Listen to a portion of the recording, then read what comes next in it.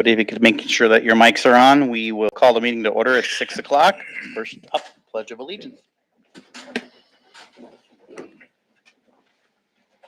I pledge allegiance to the flag of the United States of America and to the republic for which it stands, one nation, under God, indivisible, with liberty and justice for all.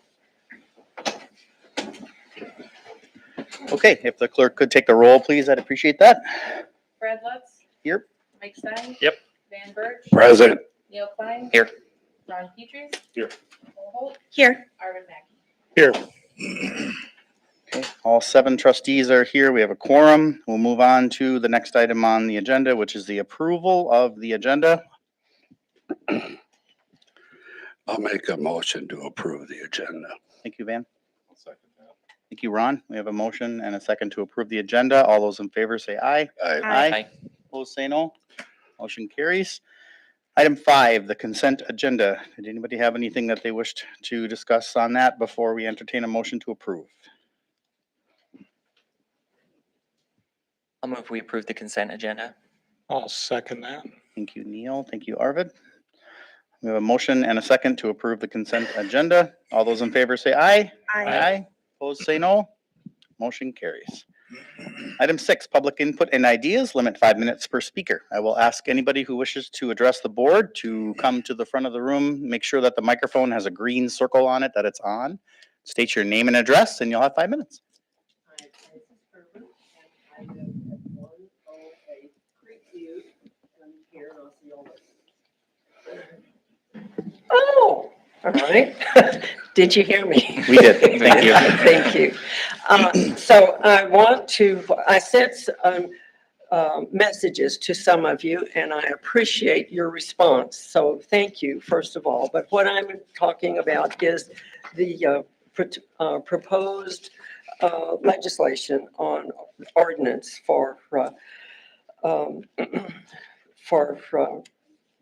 to protect our children.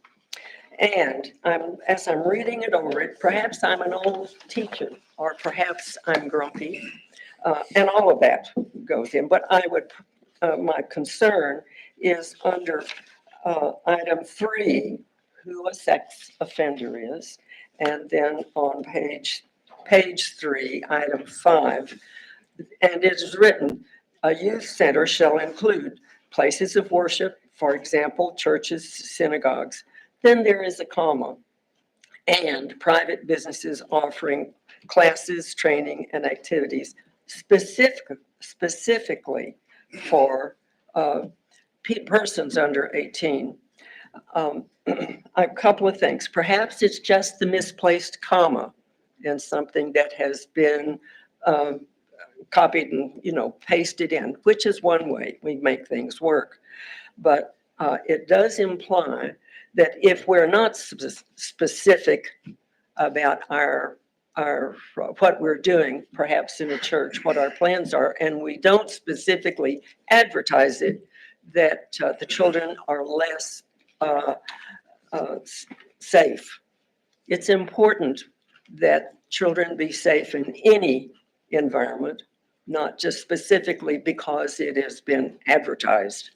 So, I understand there's a person, this is important, but we need to, be careful in our wording. And I'm just asking you to be thoughtful that it is clear and that children are protected in all arenas. I would go one more step because I'm old and cranky, but that has to do the kind of predators that are around here for people who are older than 40 years old, or maybe older than 80 years old, because we do have sexual predators that are around, and it is a concern. And I would just extend my concern to being alert, simply because I'm older than most of us, and maybe perhaps I am more alert. May I have a second point? And that is in terms of the what we're needing to do with the traffic. I appreciate the fact that you've been able to do a survey, and I appreciate your staff that is doing that for us.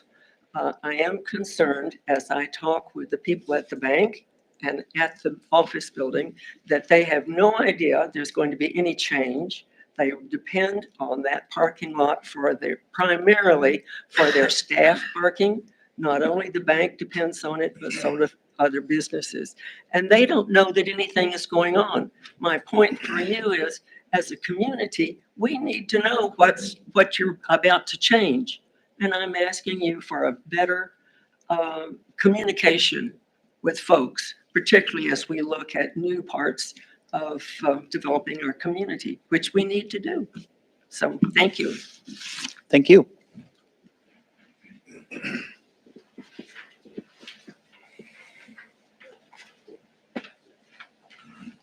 Hello.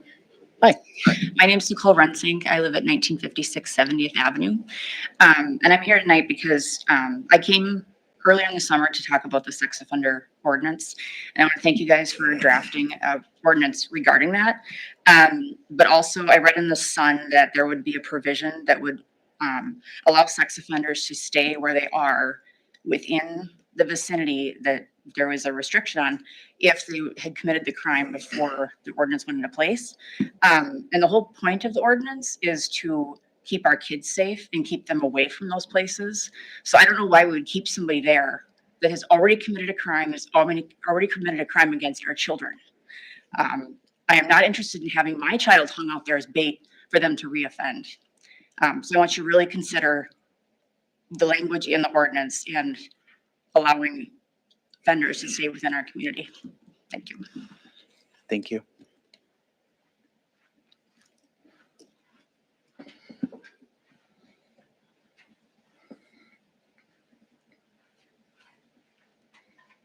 Mark Kozlak, and I'm on 220th. They, following up on Fran's point, on page 3, where it deals with youth center, there's nothing else in the ordinance that specifically protects the houses of worship. And so on item 5, at the top, youth center shall include places of worship, for example, that churches and synagogues, comma. If that comma was changed to a semicolon, that would be one thought. Then the second thought is, and private businesses offering classes, training, or activities specifically for persons under the age of 18.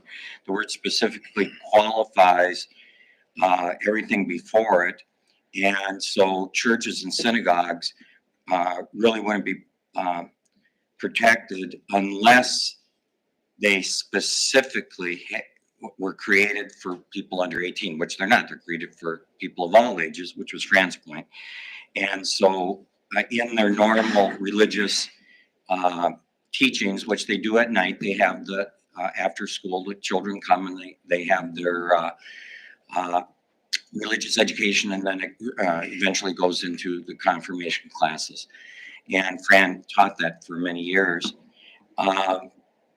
That's what they're worried about, that the Methodist Church would not be protected in the 200 feet range, would not apply to the Methodist Church as it is written now, unless there's another ordinance that protects the churches. If this is the only wording, then only churches that are adjacent to a school or across the street from a school would be protected. And that leaves all the other houses of worship wide open and unprotected.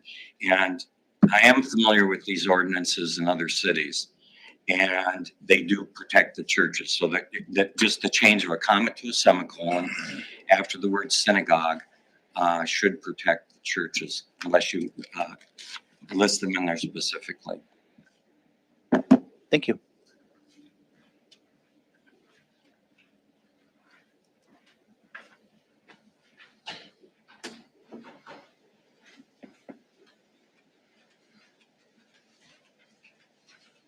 Good evening, Maria Meyer, 104 Prairie Grass Drive.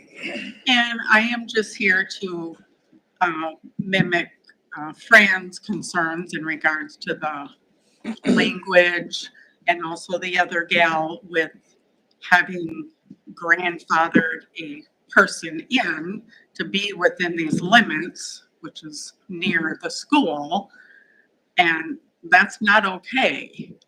You know, we need to protect our children more at all places, including, worships, schools, in the community, and create that wording to protect them and not leave them vulnerable, since we do have an offender within the ordinance that's trying to be adopted.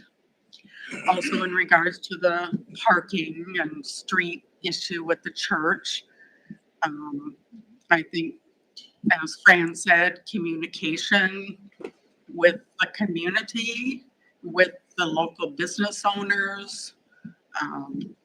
I think that's key, and I don't feel like that's being done within the village, as everything seems to be done under the table.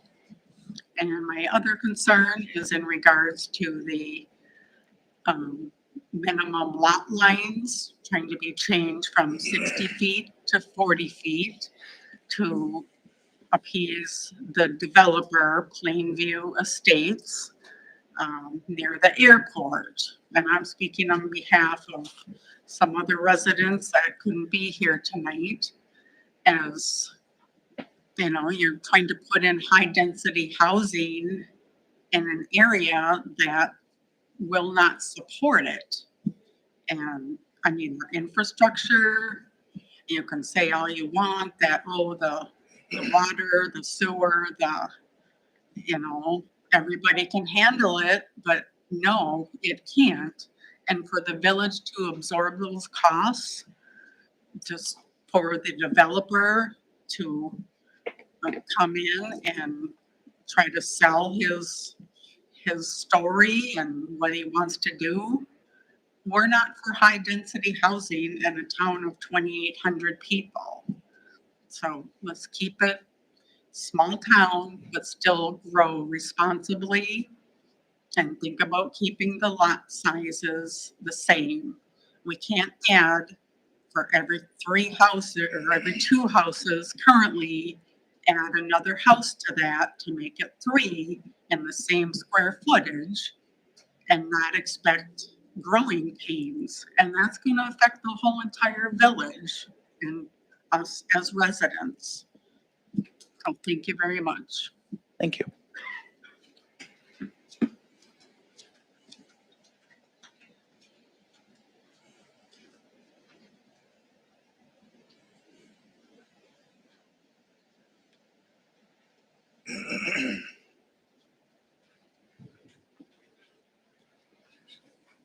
My name is Ron Bader, and I live in 910 Oak Ridge Drive. All right. And I'm just asking that you consider grandfathering in the few that are living here in the village. DOC has already been to the locations and approved their placement, so that's all I ask. Okay, thank you. Thank you. Is there time for comment during the public hearing? That's usually when the comment would be.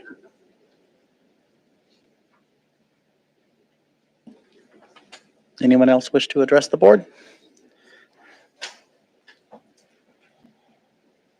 Okay, thank you to everybody that participated. That's great. All right, we will move on to item 7 on the agenda, staff reports. So first up is fire. Hi, everyone. Hi, Paul. We had 13 runs this last month. 7 were in the village of Osceola, 6 were in the town of Farmington. Our run breakdown was 4 medical lift assists, 2 traffic accidents, and 7 alarms. Training for July consisted of pump operations, and we drafted and used our new duck gun on our manifold truck. It makes fighting fire a lot easier. It turns it into one truck to be a one-man operation with a remote.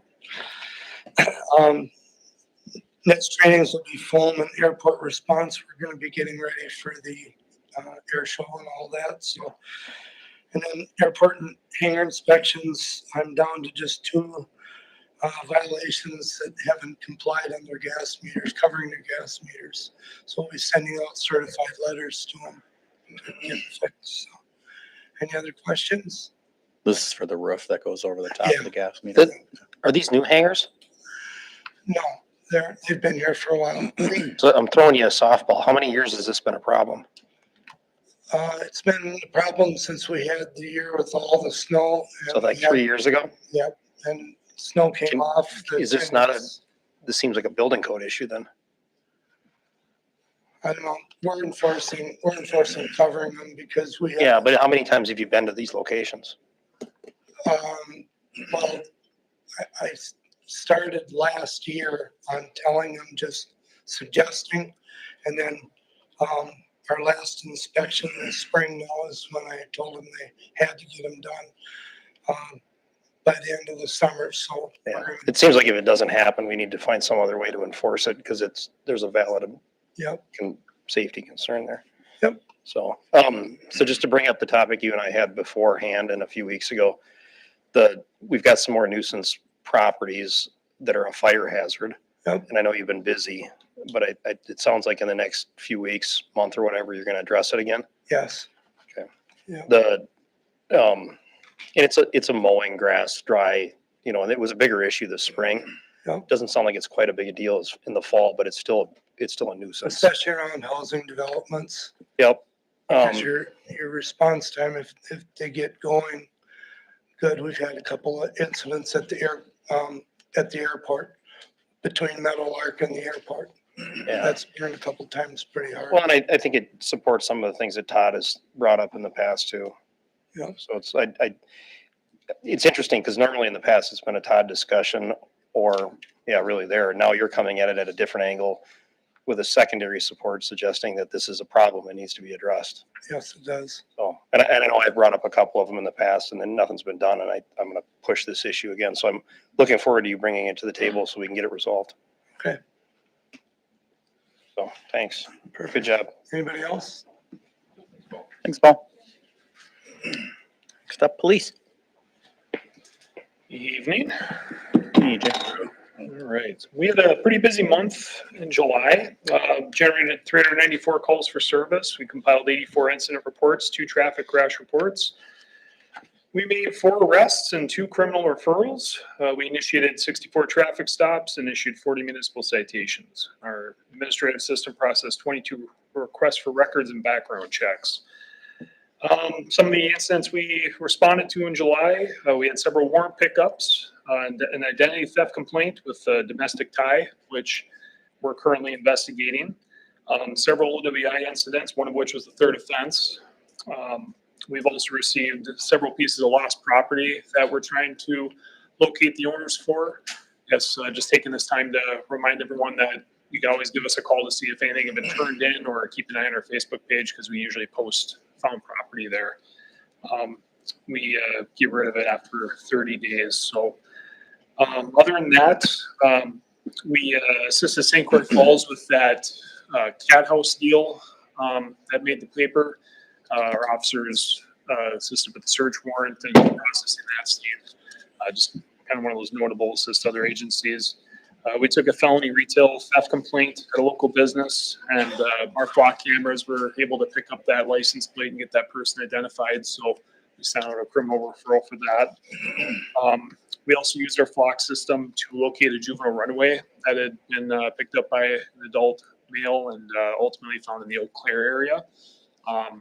What was nice about the flock system is combining cameras with other departments. We were able to kind of track the movements, and one of the pictures actually confirmed that juvenile was inside the car. So just kind of a neat little story with that. So we'd like to thank Altoona PD for coordinating with us to get that resolved. Officer Tremblay conducted a traffic stop on a vehicle, which turned into a pretty decent meth bust. 3 passengers in the vehicle were arrested, and Polk County ultimately got a search warrant for the residence of the driver, which led to more pieces of paraphernalia and drugs to be recovered. So good bust there. Whereas administratively, On the topic of nuisance properties, we've had a couple which we've given notice to, and we've started issuing citations for our nuisance ordinance, as well as our storage of junk property ordinance. Typically with these, I just want to remind everyone that it's not as simple as just going out to a residence and cutting a ticket. There's a process where we have to give formal notice, address what the issues are, give the owner of the property a chance to fix it themselves. And then after a certain amount of time, if there's no compliance, no effort, then we can start the enforcement process of cutting tickets or looking at abatement. So, but just know that we do enforce our ordinances, specifically our nuisance property ordinance, and we're on it, all right? So, other than that, we completed our annual handgun qualification in July. I completed my alert instructor recertification.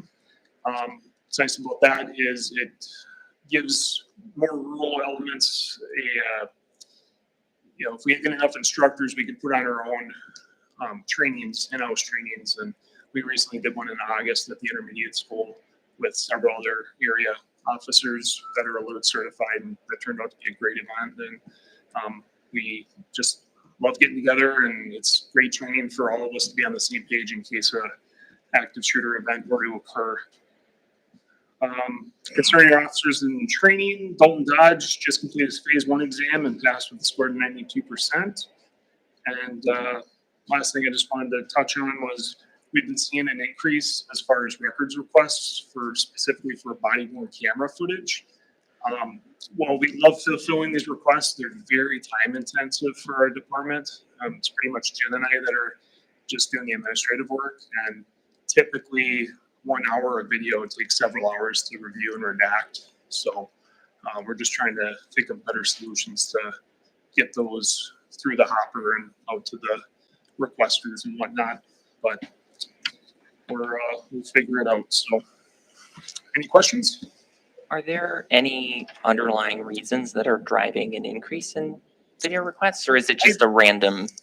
Honestly, I think it's just public knowledge that people can They're there. request stuff, and there's a lot of popular like YouTube channels and social media channels that post body cam footage, and I think a lot of people just realize it's as simple as putting in a request or requesting it, and they can get a copy of it. So, other than that, typically in the past, it's usually been related to court procedures. If someone got a ticket, they want to see exactly what happened, so they prepare for that, or discovery, whatnot. But we're in the social media age, and I assume that has something to do with it. So, And for commercial requests, we can charge.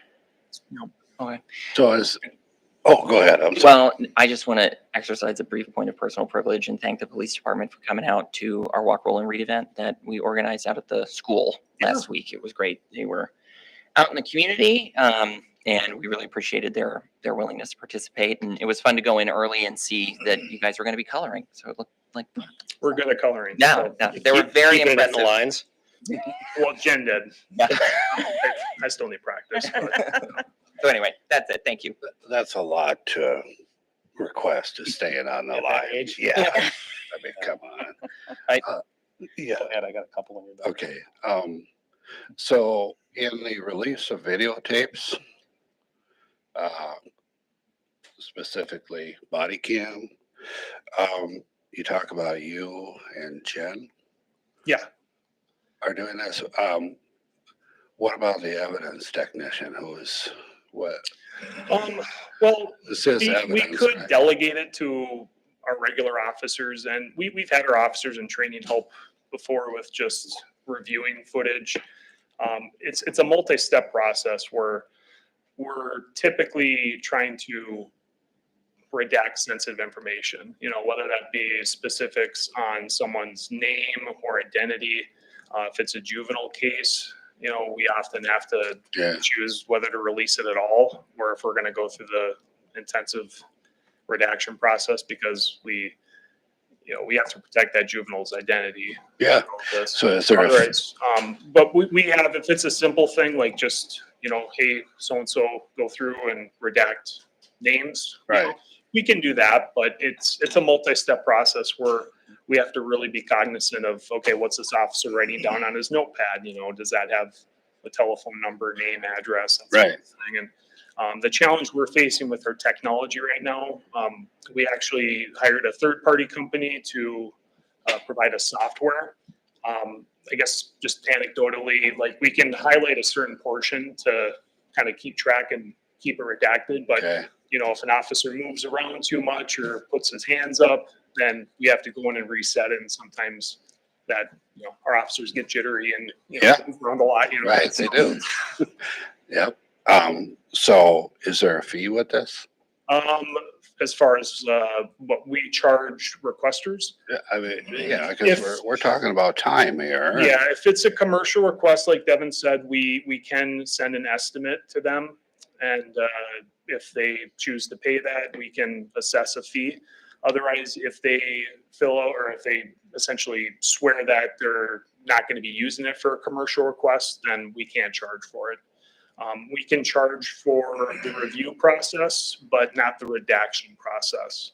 And Okay. review process is typically the length of the video, and the redaction process can, you know, be 2 or 3 times as long. Okay, because I guess what it boils down to is we charge so much per sheet of paper for reports. Yep. We not have a grasp on digital. So we gotta kind of think about that down the line. Yeah, I believe the most recent act that the state of Wisconsin put out addressing this, because some departments are truly getting hammered with it. Yep. You can charge hourly the lowest wage at Yeah. your department of Right. someone that can to process the Yeah. redact or the you know, the review of the body cam video. Yeah, Right now, we're trying to come up with a waiver for someone to fill out to essentially Okay. attest that they're not going to be using it for commercial purposes. Okay. But it's on the list. We haven't gotten to it yet. yeah. Well, yeah, you just gotta do your best. Yeah. I don't have anything else, anybody. 2 items, I'll make it quick. You mentioned kind of a grace period on the cleanup of the nuisances. 16010C talks about 10 days. Is that what you're talking about? Yeah, so I guess depending on the scope of what needs to be addressed, 10 days is the standard, although I'd like to just follow the ordinance. I understand, but, Okay, in the interest of keeping this short, 16013 violations, it talks about every day past that. Each day violation continued shall be a separate offense for the purpose of an assessment of forfeiture. correct. This isn't a question for you, but I hope we charge that since we're not doing anything more beyond it. So that's all I got. Thanks. Okay. I have a question on like the technology piece of the request for records. So is that the like latest technology that they have is just doing a Yeah, box and then following, or is there other stuff out there? So right now, there's different companies out there that offer different things. We were kind of in a pinch last year, so we did some shopping around, and I was able to secure a 2-year deal with the company that offered kind of just basic redaction studio software, which has cut our time down quite a lot. I'm sure Ron remembers when we went with G-Tech body cameras. You know, they promised us a unicorn. You know, and they kind of delivered us a donkey on that. But I'm hoping next year we'll be able to secure an agreement with Axon because they have, from what I've been told, talking with other departments and seeing the features, they're kind of on the cutting edge when it comes to redaction software. So I'm looking into plans for that to propose to you guys. But in the meantime, this option was relatively cheap and gave us what we need, even though it's not the most efficient out there. But it offers audio redaction and then redaction within the video as well. So, Good to know there's other stuff out there though. oh yeah. Anything else? Thanks. Thanks, AJ. Thank you. Thank you. Okay, next up, Public Works. Evening, everybody. Good. We have a large agenda, so I'll keep it short and just add some highlights. We're just wrapping up paving projects still. I think later in the agenda, there'll be a second pay request. Not quite finalized until we get some of the punch list items wrapped up and done to our liking. We continue to address any potholing, any major issues, including storm sewers, removing heavy vegetation. We're seeing upwards of like 3 feet of growth this year, so that's nonstop. We helped the county out with County Road M and creating a quick, safe cleanup for their chip seal project.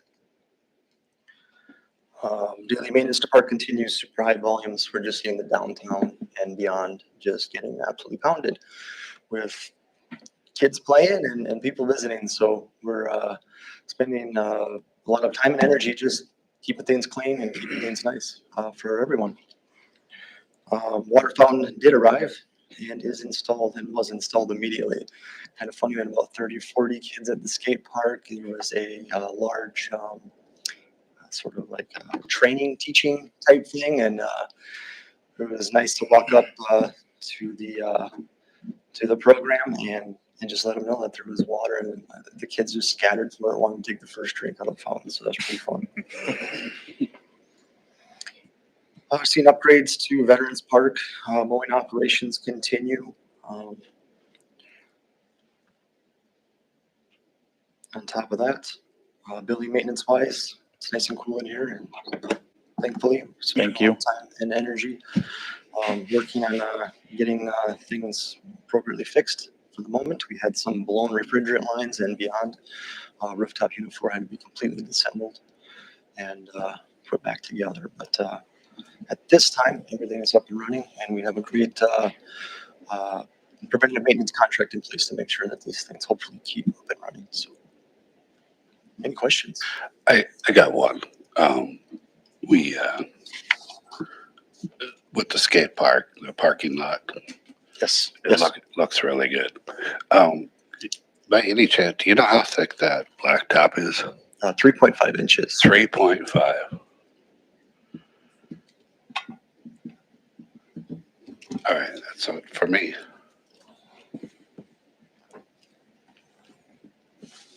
Thanks. Thank you very much. Thanks. Thanks, Todd. Okay, next up, utilities.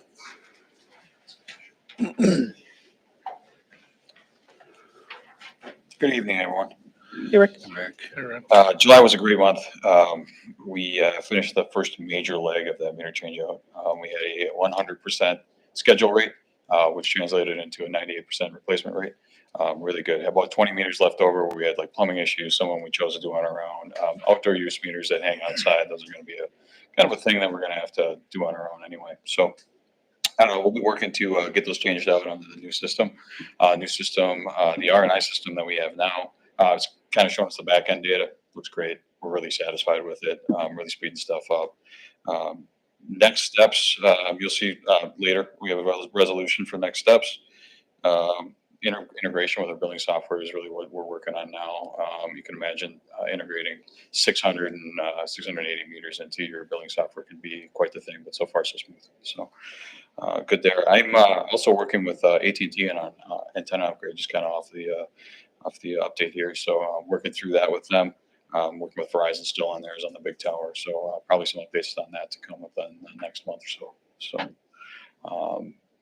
yeah, I just actually got some feedback from our contractors that were working in town, and I wanted to kind of share that with you. And they said everybody has been so nice to us. So to hear that from, just shows what a great community we have. We have people entering these people's homes and things, and everybody is so nice to them. So I just want to also give a shout out to Jen and the guys for making that happen. You don't get 100% schedule rate, on your own. You don't have a contractor get 100% schedule rate on their own. It takes both of those working together, and that took phone calls, door hangers, knocks on doors. I got it done. So just a shout out to those guys for all their hard work. Shout out to Jen for her hard work. Really, went the extra mile to get that done. So really awesome. Really awesome. Any questions on the report? One question. Go ahead. I see there is quite a difference in, and I asked this once before, but this one stands out. Oh, yes. For the water produced in July, 7.027 million gallons. And then for wastewater, it's 9,000,000 640. Couple of things that, that can affect that. One is that we, keep in mind that we take wastewater from, Dresser. Right. We don't pump that water, so it's not included in the pumpage. And that can be upwards of 2 million gallons, right there. The other thing we have to keep in mind is I from, old sewer systems. One of the things that we're doing is that maintenance program, televising all of that things to address that stuff. So we've had a ton of rain. I don't know if you've noticed over the last, pumpage reports on my reports, they've been lower this year than last year. I'm sorry, pumpage, water pumped per month. It's always it's trended lower this year than it was last year, than it was the year before even. I mean, some months, July, June and July specifically, we're pumping, 11, 12, 13 million gallons, and we're at 7. Just from the rain, irrigation. People aren't watering in the rain because we're getting so much rain. That's an incredible difference, isn't it? Yeah, it's huge. So probably about 2 million gallons of wastewater would be accounted for in Dresser, if not more. Interesting. That's it for me. Anyone else? No. All right, thank you. Thanks. Thank you. Okay, next up, library.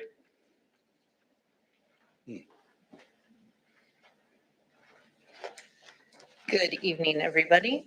So July was a month where I talked to many patrons concerned about Polk County's funding for all the Polk County libraries. Polk County residents living in towns and municipalities without a library currently fund the libraries at 95% through Act 150.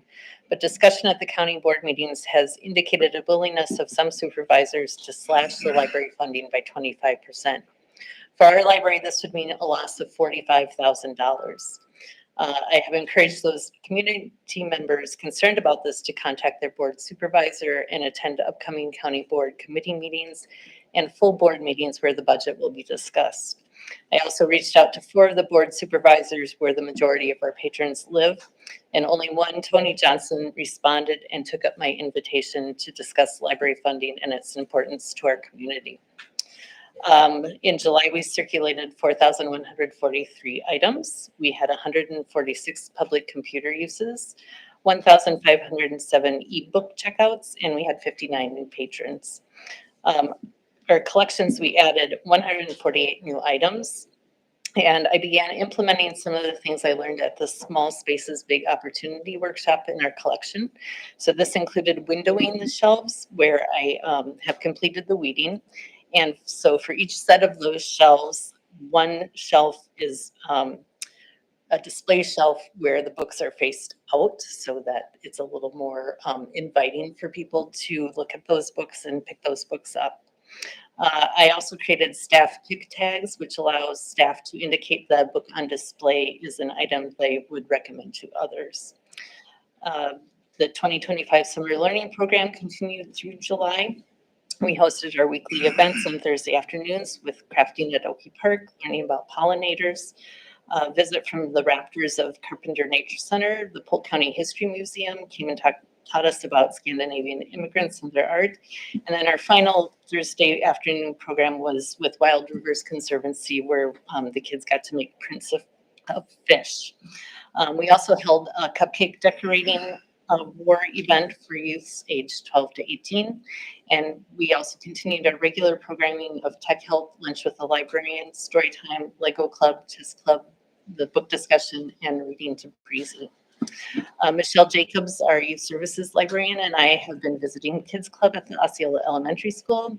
We did that every afternoon, Monday afternoon from July 14th through August 4th, bringing books for the children to check out.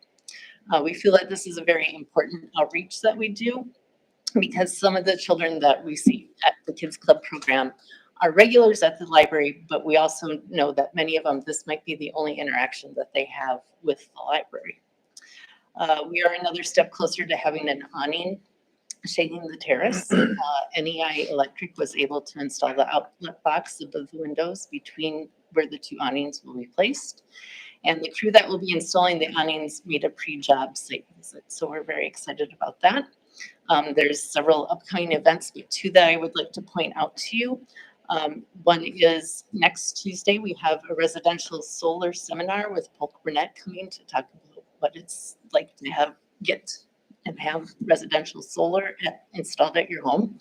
And then if you have any questions about library funding and the county, I would invite you to come to lunch with the librarian with me on next Monday. So any When is questions? that again? Monday the 19th, no, Monday the 18th Yeah. at 12:30 is lunch with the librarian.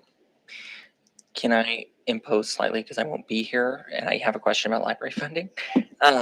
Can you help me understand the way that this is written suggests that it's kind of a cost sharing model that like folks who live in communities that surround our library are paying for their use of that library.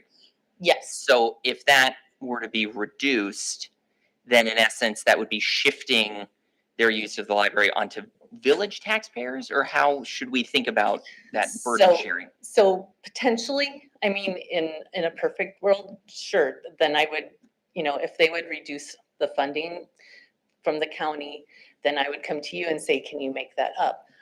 However, I know the financial situation of the village, and there's no way that the village would be able to make up that money. So that's why it's really important that our funding stays at 95%.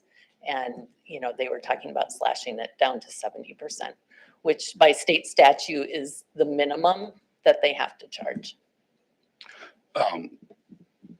We've been having discussions about this and the scenarios, the worst case, right?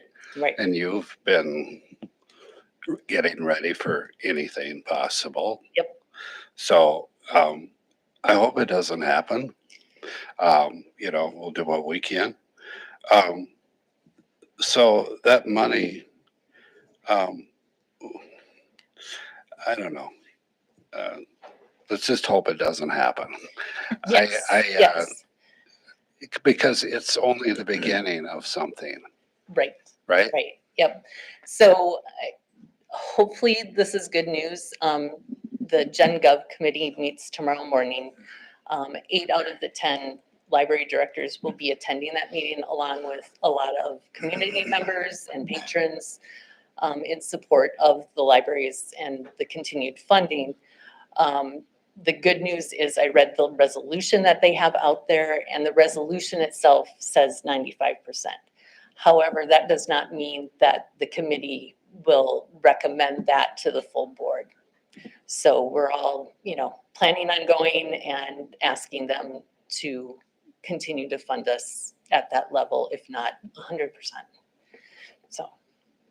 And then I know a little bit more about the Act 150, but can you just give like a brief, like maybe sentence about what that means?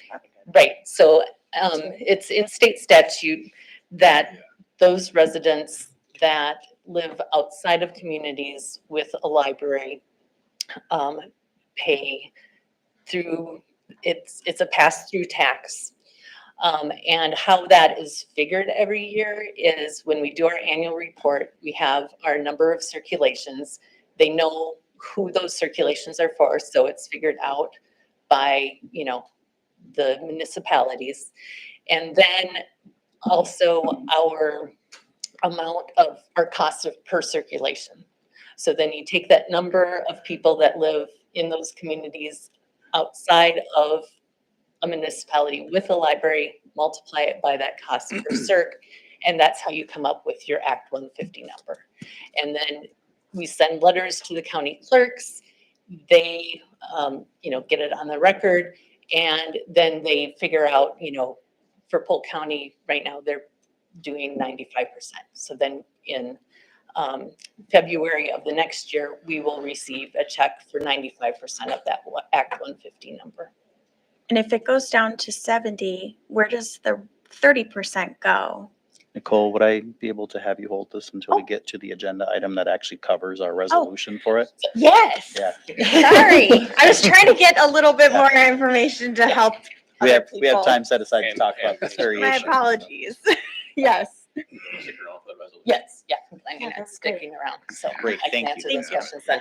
I apologize More for going a little, questions. Yeah. a little further. I appreciate everybody's enthusiasm. I love it. You may have any other questions, Fran, other than that topic itself? No? Okay. All right, thank you, Ann. We'll see you soon. Next up, building inspection and administration. Building inspection is pretty light. There were only 6 permits issued, 1 new home. That brings us up to 7 for the year. Last month, as you recall, you had kind of your 6-month update to it. And, we are trending a little light compared to last year, but kind of on track with the trend of the last few years. So that's all I really have for the building update. Admin update, I would like to apologize to the Osceola Sun for making an incorrect assumption regarding the publishing cost to the police report. They informed me that it would indeed be free for that type of publication. We are working a ton with housing and development in the community. There's currently 7 active projects in the community. Luckily for me, almost all of them are dealing with Russ at Cedar Corp. So it's 1 phone call instead of 7 different phone calls. So that helps me out immensely. There is something in the future. We're looking to see how we can include one area that we have been missing in this. We have a ton of market rate housing, but we're missing kind of the worker rate housing. So we're trying to find how we can work with Impact 7 on something with that. Keep in mind that we do have the TID dollars that we from the closure of TID 2 that can go towards that type of housing too. So we do have some village resources that can aid in a project like that. I will say Neil put on a thorough idea or introduction to an idea for a collaborative childcare for businesses in the community. When his other hat that he wears in the day in the family-friendly workplace. This has been an idea that we've been working on over a year now. It is an interesting idea that businesses would take over the ownership of the daycare, running through like a nonprofit, but they're buying through it. Because we do know that there is a severe need for childcare in the community. And one of the biggest problems facing childcare is cost and also what you're paying your workers, so it's not a revolving door. These are questions that are not uncommon for any place across the country, especially in this area. We had our audit presentation at the admin finance meeting. That was basically the same 3 things we always get dinged for that are all basically all due to our lack of size, the lack of oversight that we have due to having 3 staff looking at financials. So that is always one thing a city our size will get dinged for. While our general fund is growing, it's not to the point that we would like it to be, but it is trending severely up. Just 2 years ago, it was at $68,000. And now at the end of 24, we finished at $368,000, and we should be looking at even more at the end of this year. So our general fund is growing, which is good. Currently, we're between 3 and 4 months of operating. If no revenue came in today, generally you want to keep that between 6 months and 2 years, best practice. So while we're not there yet, we're getting closer and closer. Other than that, we're meeting with the fair board to review their parking and their tractor pulls of where vehicles are going to go. We want to make sure that our new parking lot stays for visitors who are visiting the fair and not for tractors, as we feel the tractors unloading and loading on would damage that parking lot due to the weight being concentrated. So we did meet with them, and we showed them some alternatives of good areas where the tractors could park that was not thought about before. So we're hoping that resolves itself, and we'll continue to communicate with each other regarding that. But we are excited about that fair and all the work that goes into it, both from our staff and from the volunteers who put the fair on. Any other questions? I'm going to go back to the Osceola Bluff project. I'd like you to correct the report. It says that the property owners have contracted with a demo company, and I don't believe that that's accurate. We have no proof of that, correct? We have their word, and I've been waiting for the document. Yeah, that's held no value so far. So again, I mentioned that other code.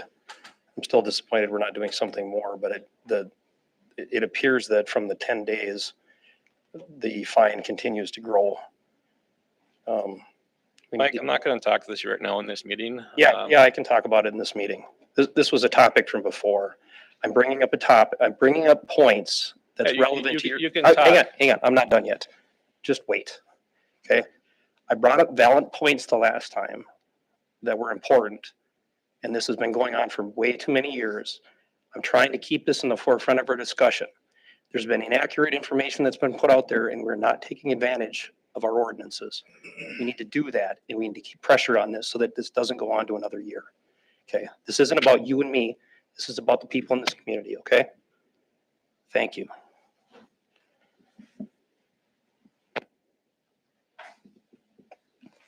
I thought they were gonna put up a fence. Yeah, we've heard a lot of bullshit. Yeah, the last information that we got from the developer was that the scheduled installation for the fence is this Friday. That's in Devin's report that's in the full. And I'm gonna reiterate again, if I want to talk about this again, I'm not gonna get cut off by anybody. It's relevant to the point and it's in the agenda.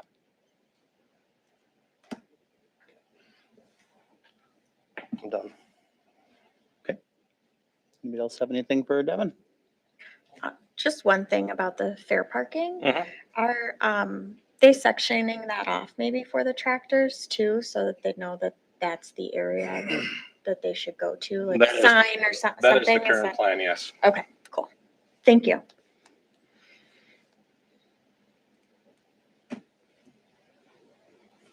Okay, we will move on. Looks like we don't have anything for Chamber of Commerce Main Street. Is that I right? have nothing for them, nope. All right, so we'll move to the next item on the agenda, which is the public hearing portion for our proposed ordinance amendment on lot size. Sign up sheet. Yeah, so I'll run down this one quickly. We're looking to change the minimum lot width in R1, R2, and R3 to 75 feet instead of 90. This will impact potentially future developments within the community and any unplatted lots that are existing. So this has gone through Planning Commission and Village Board first reading, and this is the final amendment to get this into the code. Do we have signups on that one, Carrie? Was there anybody on there?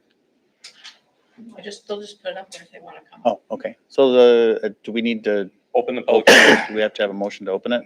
I like having the motion to open and close. I will make a motion to have public hearing portion open regarding lot size ordinance amendment of chapter 219. I'll second that. Okay, we have a motion by Van and a second by Mike to open the public hearing. All those in favor say aye. Aye. Opposed, say no. Floor is open. If anybody would like to just address the board, either written or oral, we have the opportunity for you to do that now.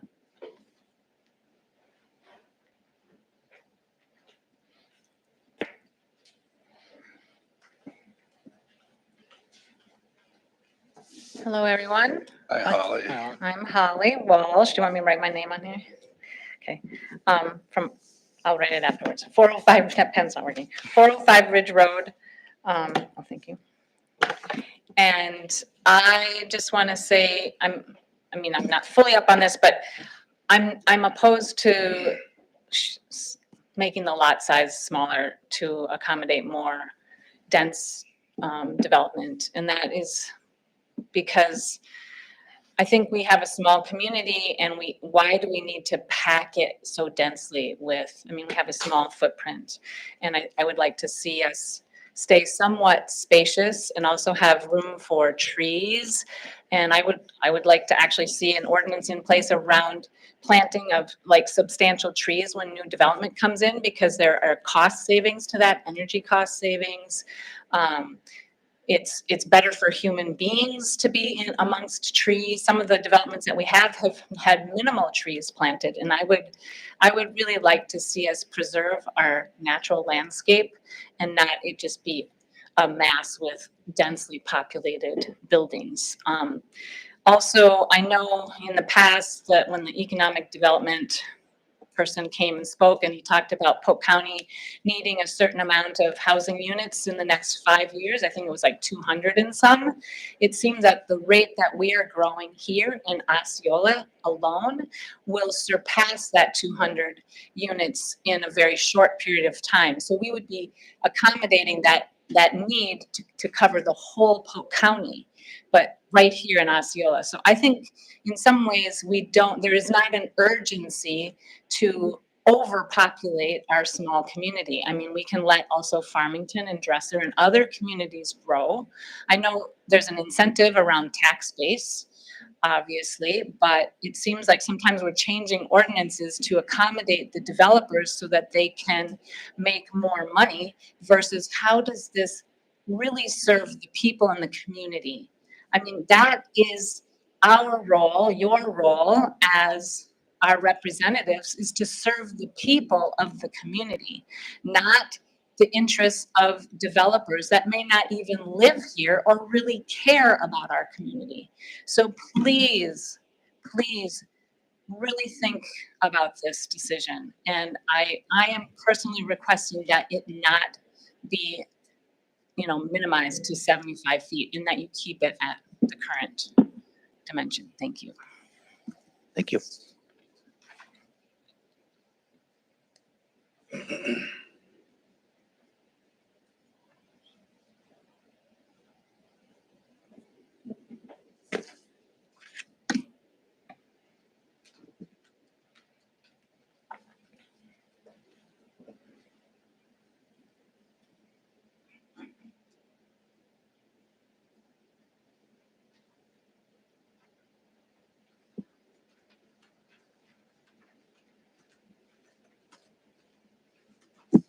Hello, Maria Meyer, 104 Prairie Grass Drive.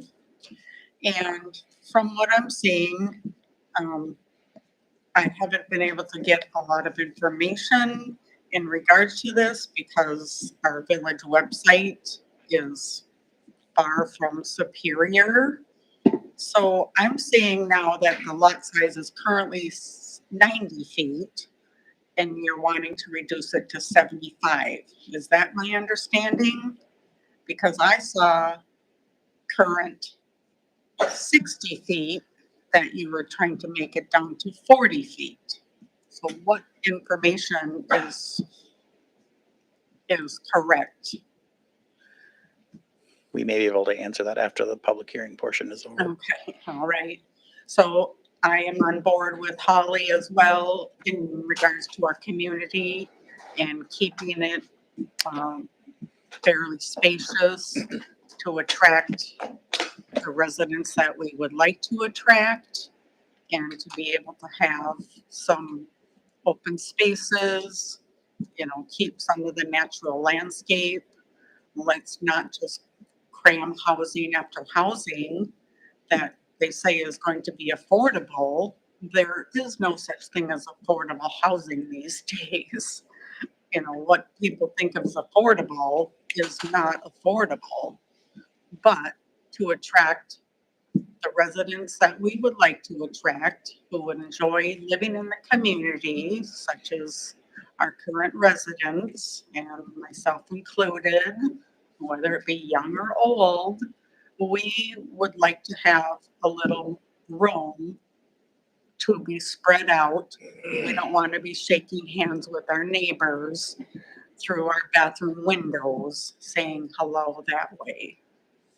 So I strongly, strongly urge you to consider listening to the residents, thinking about your own situations, the community, not just lining the pockets of these developers that have no interest in our community. They're just interested in making a quick buck and getting out of here and leaving us to clean up the mess.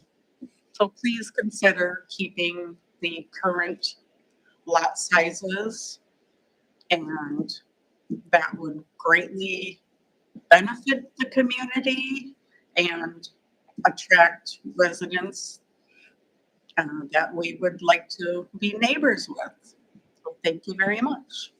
Thank you.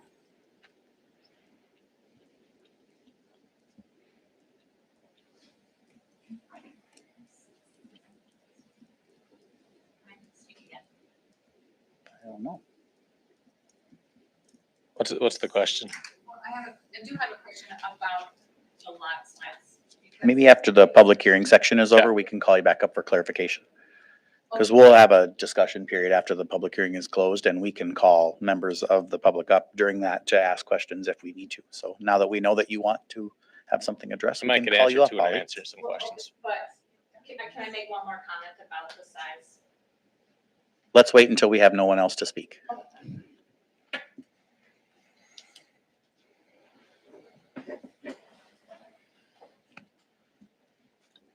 Is there anybody else that wanted to come up to address the board during this public hearing? If not, then I'll entertain a motion to close it. I'll make a motion, we close public hearing. Thank you, Mike. Thank you, Ron. We have a motion by Mike and a second by Ron to close the public hearing on this ordinance amendment. All those in favor say aye. Aye. Opposed, say no. Some clarifying things after the public hearing. This is not proposed by any developer. This is proposed from national trends, and we are not changing setbacks, so you'd still have the traditional side yard setback. So this is not changing how close homes would be together. This is strictly changing the size of the lot frontage. This is national trend because it does cost $1,000 plus now a linear foot to develop a home. So this would be decreasing the price of the lot by $25,000, or no, excuse me, $15,000, which is significant amount. So it's more about finding, making homes more affordable in our community, potentially, and also changing with national trends too, as people want smaller lots and don't want the quarter acre lots that a 90-foot lot would progress. I think that should answer most questions. And one person I know was asking a question regarding 40-foot wide lots. That was only in the PUD for side-by-side homes. So actually that lot would be 80 feet wide, not in this case, so it'd actually be a wider lot. But she was mixing up the plan use development standards with this ordinance, which are two completely separate issues. You had some observations that you brought up that were really good on the plan commission, Mike. What were those? About the. Shoot, I don't remember. Dang it. It was like three or 4 months ago we had this discussion. Yeah. Yeah. I don't remember what I did. Something about how many proproperties it would actually affect. Well, right now, Oh, yeah, so the existing, yeah, I know what it was. So this ordinance doesn't apply to a PUD. This is only on a standalone, if somebody had a lot. I'm trying to think of a lot in town that this would apply to. And the only one that really comes to mind is over on 3rd Avenue, across from the or next to the Triangle Park, I guess, because everybody knows the Stefan place. He's got a decent piece of property there. That's like the only decent lot I can think of in town that this would actually apply to. Anybody else that's going to come and develop something is going to probably have a PUD. Or like V-Bruck, who's done chunk Sure. at a time at it. Yep, some at V-Bruck, maybe some at Gateway. Yeah. But those areas are already kind of developed into a smaller lot size. The other thing that I'm playing around with Google measuring in our neighboring community up in Dresser, and then even like my lot. So I'm in a twin home up in Creekview. Twin homes are Usually 40, yeah, so it's a total of 90-ish. between 80 and 100 usually Yeah. for a twin home. Yep, I have a wonderful up-down blind. I can't see my neighbor. And there's plenty of room to walk between them. It's no different actually than the house I grew up in on Eric Drive. Between my bedroom window when I was like 5, well, actually I was 10, and the neighbor's garage, it's like the same distance. I think a lot of what people are missing here is the architecture and the way we build houses now. It doesn't have to be a Rambler or a ranch anymore. We're building them differently. I do think there's some argument when it comes to like the PUD that was suggested south of the airport. There's some other constraints there that don't make sense. This one's fine. I don't think it's going to really affect much in town. The other lot that I remember, well, there is one in town. There's somebody did squeeze something in, but I don't even know if that was 75. It was shoehorned between a couple of houses and it didn't really fit. But it's such an anomaly that I don't know that this is going to.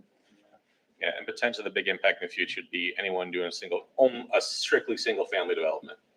Yeah, and I don't know that there's a lot around here. I don't think we're ever gonna see a single family home development anymore. I think it's always gonna have some twin homes in it, or Land is going to have to crash. Interest rates are going to have to go to zero, and and people are going to want to beg to bang nails. we did a survey of neighboring communities with their municipal code, and what were their measurements for lot size minimums? Yeah, once again, this was a few months ago. I know Somerset recently decreased theirs.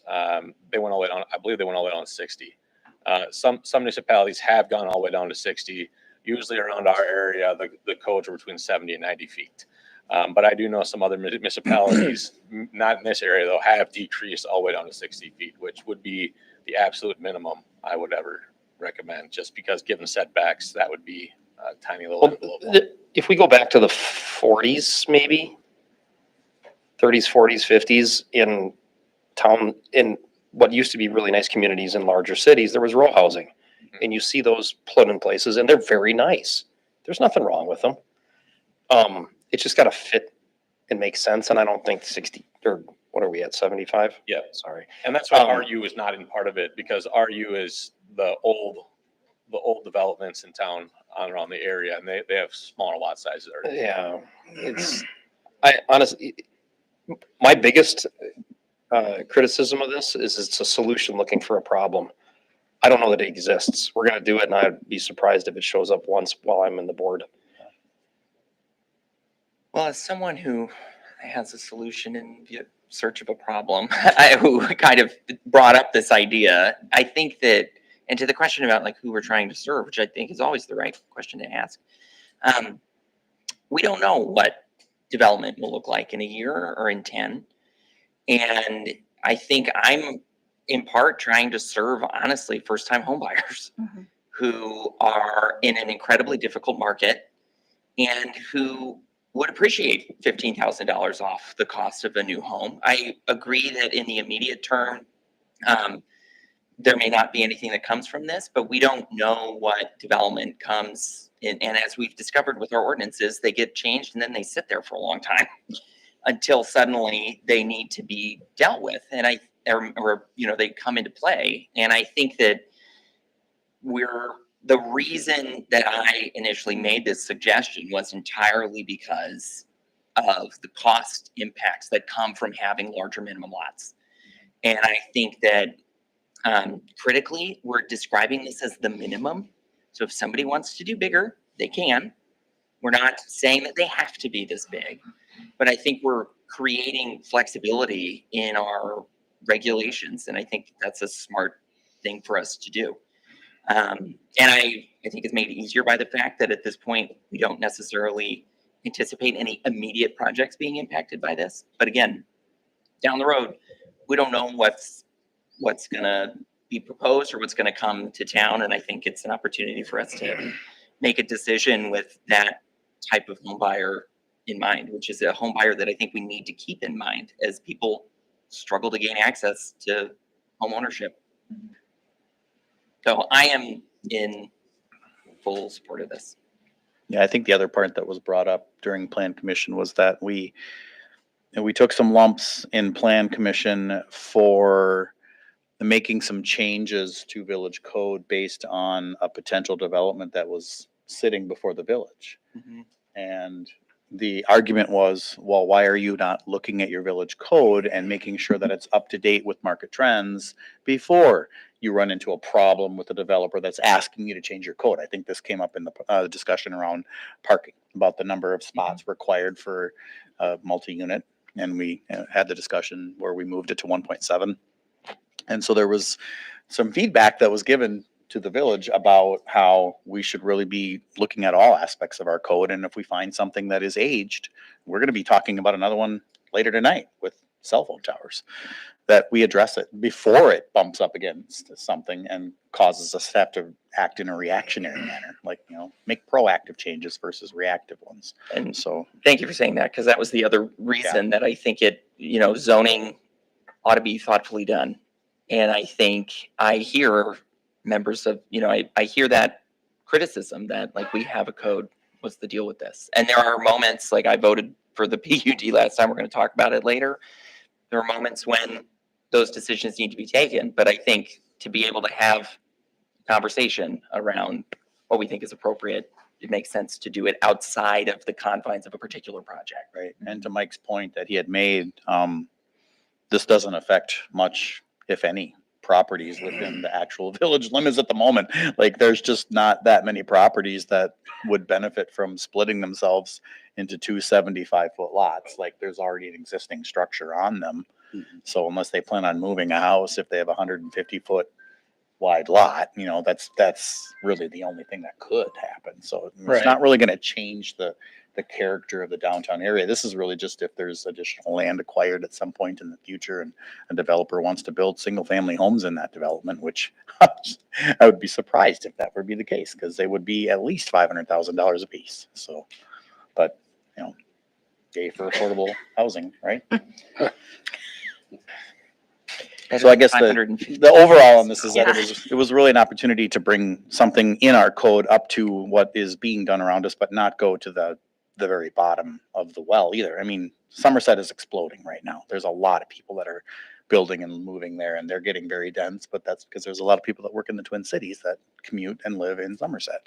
We're not quite at that point yet, but we also don't want people moving and living in Frederick at some point just because they say it's too expensive to build here. So we have to remain competitive. This is one. I make a motion, we approve ordinance 2501. I will second that. Okay, we have a motion on the floor by Mike and seconded by Arvid to adopt this change in code. All those in favor say aye. Aye. Aye. Opposed say no. Motion carries. Moving on to the next public hearing. We will entertain a motion to open a public hearing to accept written and oral testimony regarding the proposed sex offender ordinance. I'll make that motion. Thank you, Mike. Second. Thank you, Nicole. We have a motion and a second to open the public hearing on this ordinance. All those in favor say aye. Aye. Opposed say no. Floor is open if anybody would like to address the board in public hearing, either written or oral, regarding this ordinance.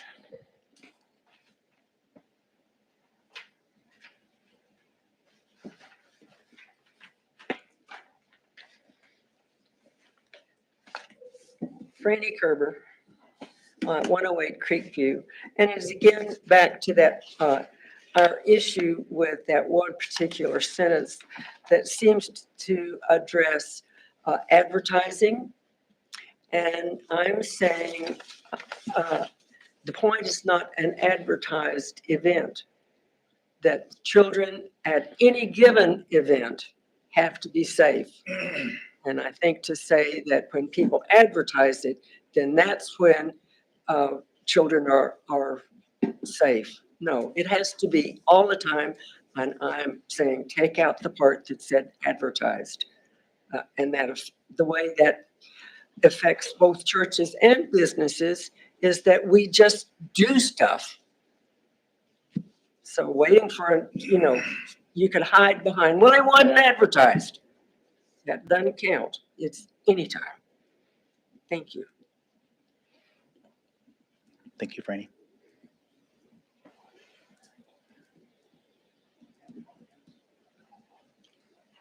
Anybody else wish to address the board on this?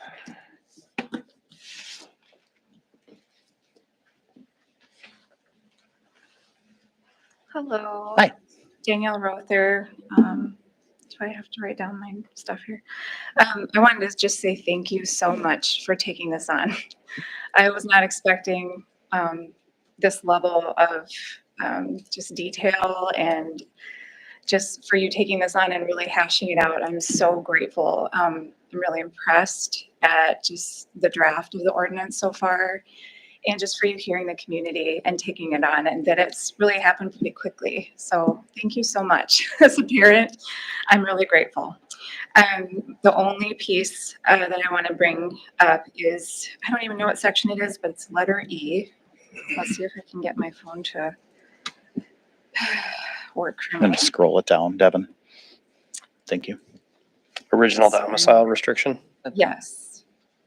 Page 64 in the book there. Letter E, the last sentence, shall be permitted to reside in the village unless such sex offender was domiciled in the village at the time of the offense.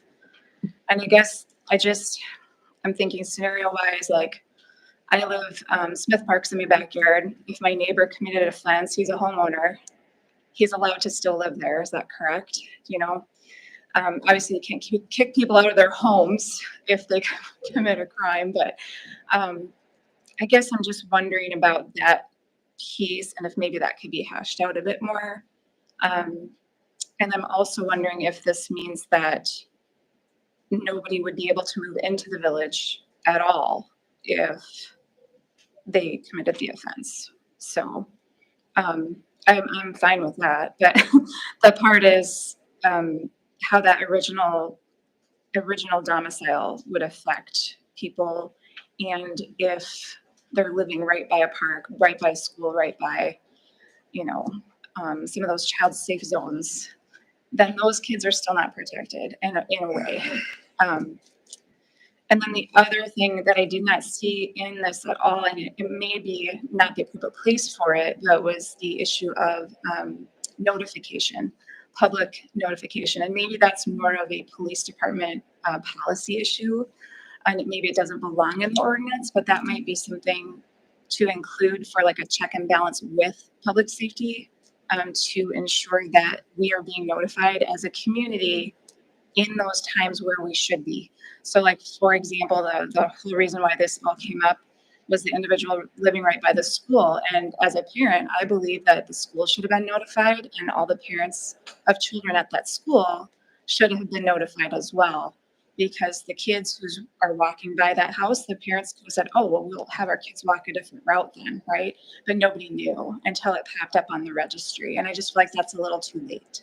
I think we need to know sooner. So not everybody's going to sign up for those emails. I get them now, and I got one the other day. So, but not everybody's going to do that. Nobody's going to take the time to get those email alerts. So I just would love to see a little bit more collaboration, maybe between public safety and the village, to notify the community. And I don't know what's the best way to do that. Maybe an ordinance isn't the place, but I'm just thought I'd bring that up in this space. So thank you again very, very much.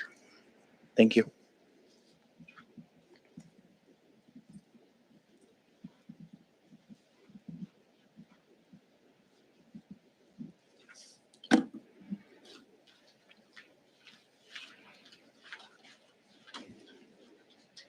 Anybody else wish to come up?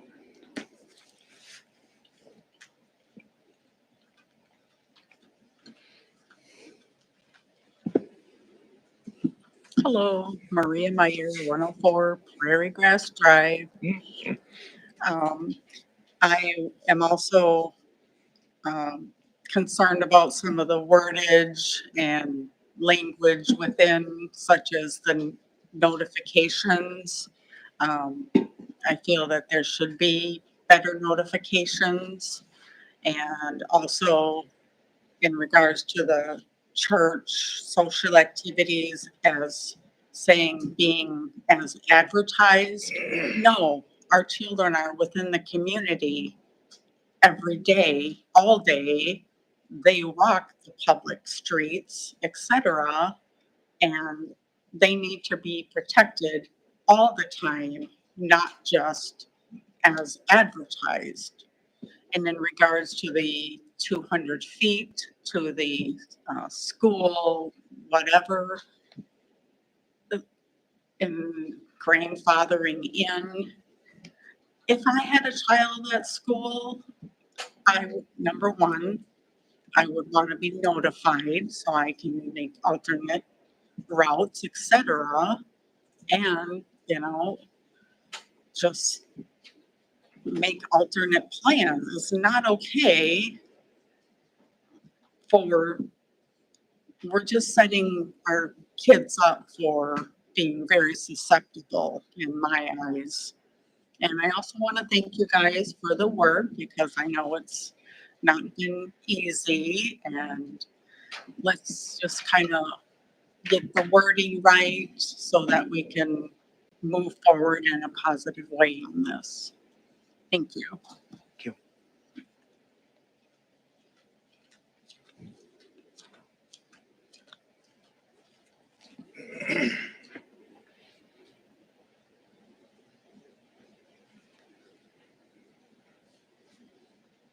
Anybody else wish to address the board on this during public hearing? I'll make a motion, we close public hearing. Thanks, Mike. I'll second. Thanks, Nicole.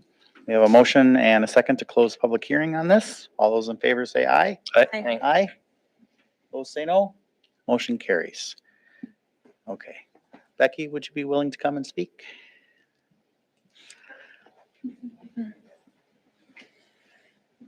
if you could do us the favor of letting everybody in the room know who you are and what you do and why it's important that you Well, I'm share. Becky Stiles. I'm superintendent. Was not dressed to speak. Was dressed as an audience member. Sorry about that, for real. I would say I really appreciate the collaboration with Devin. We've talked back and forth about the development. It's important to us to be able to communicate with y'all to make sure that we're doing what's right by our community. And this was definitely something they felt very important that we address. And to me, Brooke, our school board president, is sitting back there next to me as well, have read it. We read it again today, and we feel like it's drafted in a way, maybe the semicolon comma thing, I want to consider, but other than that, it's drafted in a way to keep our kids safe and make sure that we're doing what's right by our families. In your experience of communicating with other districts that have voiced their involvement with policies like this, what are you hearing from them in terms of things that have come up as shortcomings, things that have been challenging in implementing? The most challenging Code is the like same this. thing that you all deal with all the time. It's communication. Because there's also protection for people who have committed crimes. And so it's not a public notice in the way that it used to be. There aren't things necessarily put out. So thankfully we have the internet where we can check for predators that are in the area, and then we can also make that accountable. But there's also some protections that are in place. So that's been the biggest challenge.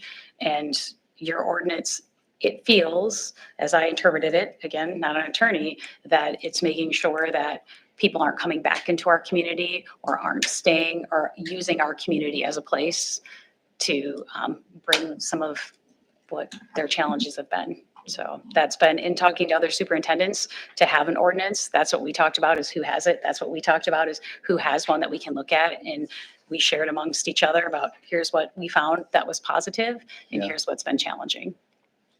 And I would say the distance was definitely a challenge when we looked at that. That was definitely a common indicator. Can I ask a quick question about, Sure. I think there's been a lot of commentary and folks here today have talked about this notification idea. And I don't know all of the various avenues and requirements. And I think as I kind of started looking into it, it looked like offenders themselves are under certain duties to notify, that our police department has taken some, they'll occasionally get a call about an ordinance. So it sounds like there's occasionally been some sense of awareness, but then other times not, that folks haven't been informed. Have you had a chance, and are you satisfied with kind of where we are as far as communication between the village and the school district in the event that someone new does move to town, and like communicating with the school so that you are aware that that person has moved to town? I think what becomes tricky is the communication to the school, and then what does the school do? Yeah. Right? So I think that's the part. So there's part that I know that AJ, that our chief, and I know Ron, same thing, that when there's notifications, they do the check, they talk to the people who are supervising, but it doesn't necessarily always make it to the school. Because then the question becomes, the information that comes out from the school is, oh, there's a sex offender at this address. Who should you talk to about that? Mm-hmm. So I think that's where it becomes a challenge for sure, because is it a K-12 notification to all the families? It could be, but we're not the ones that hold that information. The police department or the sex offender website holds that information. So I think that's what becomes the challenge, is the how. And in the past, it was, oh, the police department's the one who's going to run the meeting or put the bulletin or do the notification. But that's swung a different direction. And I don't think we've come to a clear path forward. I think this ordinance allows us to have more conversation about it. It strikes me as less an ordinance issue and more as like a procedure issue, Absolutely. right? As you think about like the level of documentation. Yep. So I hear those comments that have been made, and I guess I'd encourage continued dialogue around like what makes the most sense from an operational perspective, so that Absolutely. 'Cause we people have aren't internal- surprised. Right. We have internal communications with staff, and then communications to families, and it's figuring all of those out. Yeah, and this is also a residence restriction proposed ordinance too, so Yep. I agree. that kind of falls outside of it, but it's definitely a conversation that needs to continue. And I think having an SRO helps us tremendously in That's that true. conversation. That's actually a It's a big, huge, that's a huge big bonus. asset. Yeah.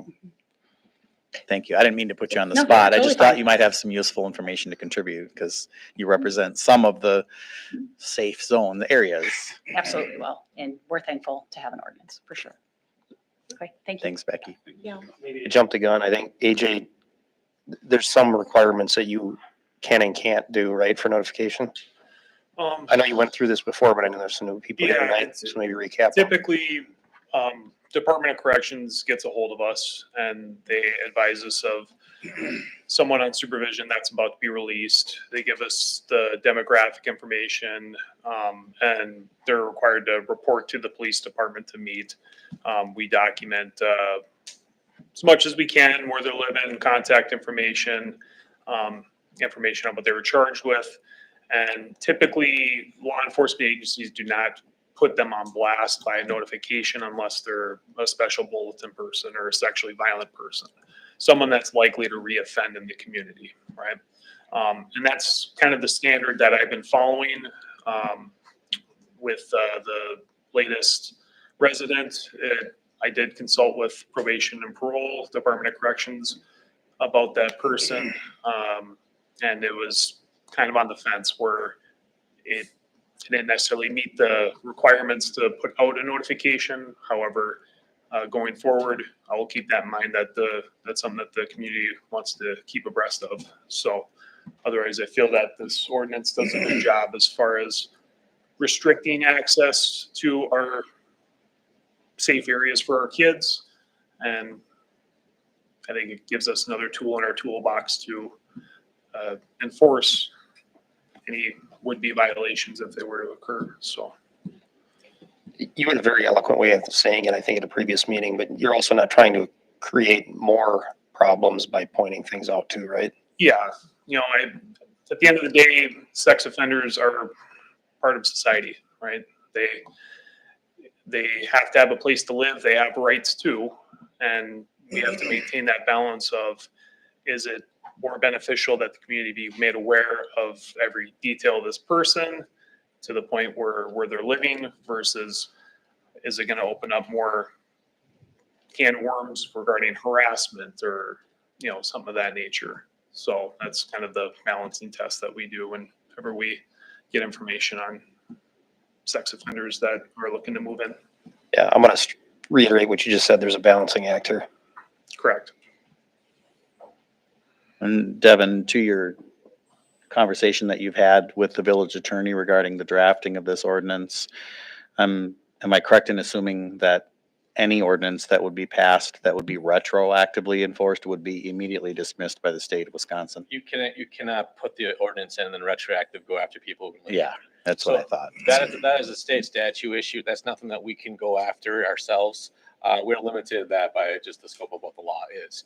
You can't say, you can't make rules and say you can't live here now because we changed the rules. Yeah, it's ex post facto law. Yeah, So yeah. that is something that can happen. And regarding E sentence, it is saying that people who are still under extended supervision monitoring shall be permitted to reside unless they're original. So that's people who are still being monitored or being in, basically are still. So this is the worst of the worst. Yeah. Are not allowed to reside. Unless they're living here already. But once a person is already out of their monitoring, they're still labeled a sex offender. They can move back in, but outside of the zones that we've set forth in this ordinance. The biggest challenge to this whole ordinance definitely was the appropriate distance.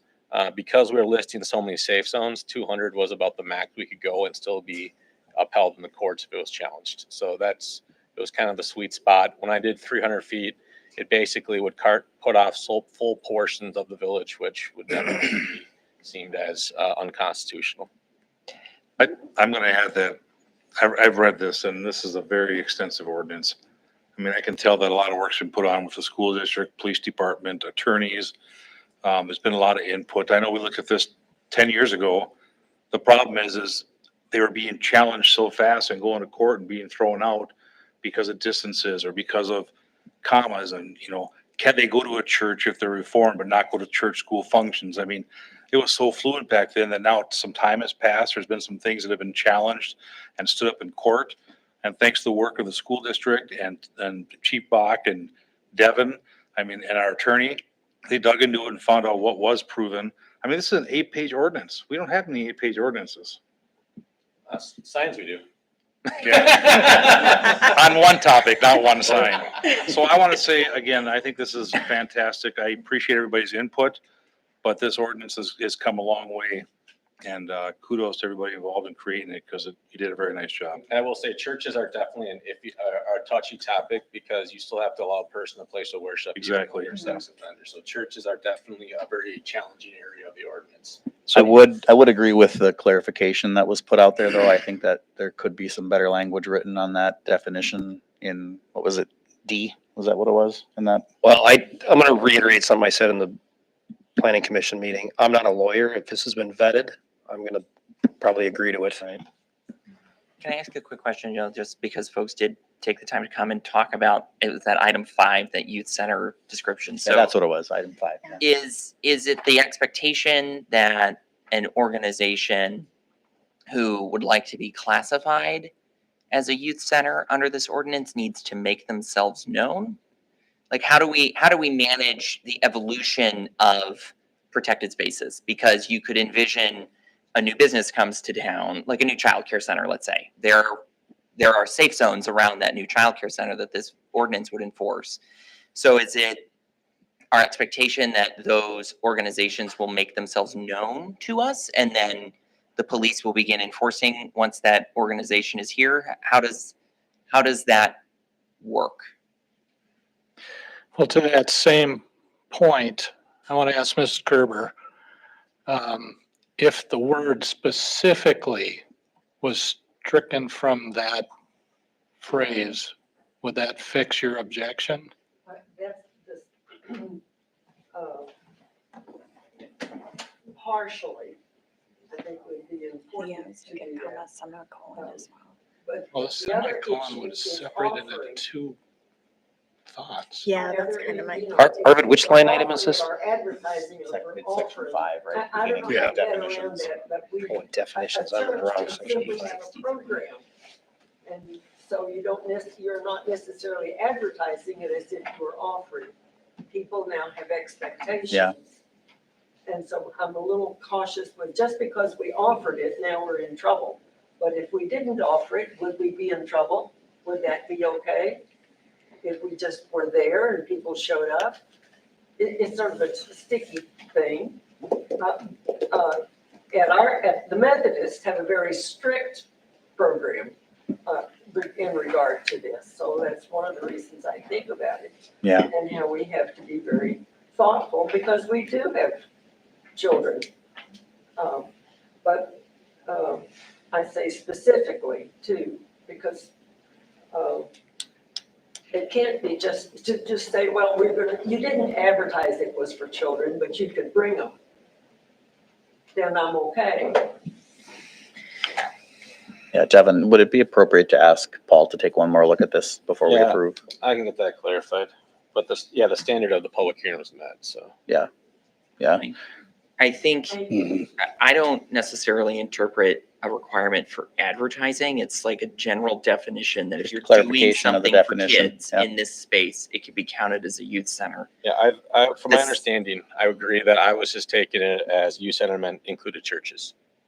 The question though that I then posed about like, how do we manage a new church comes to town, a new childcare center opens? I think that this ordinance, unlike others that we make and then they sit until someone comes to us, it's going to require a little more active engagement so that if a new entity comes to town that meets one of these definitions, It would create a new zone. it would make a new zone. Yep. So.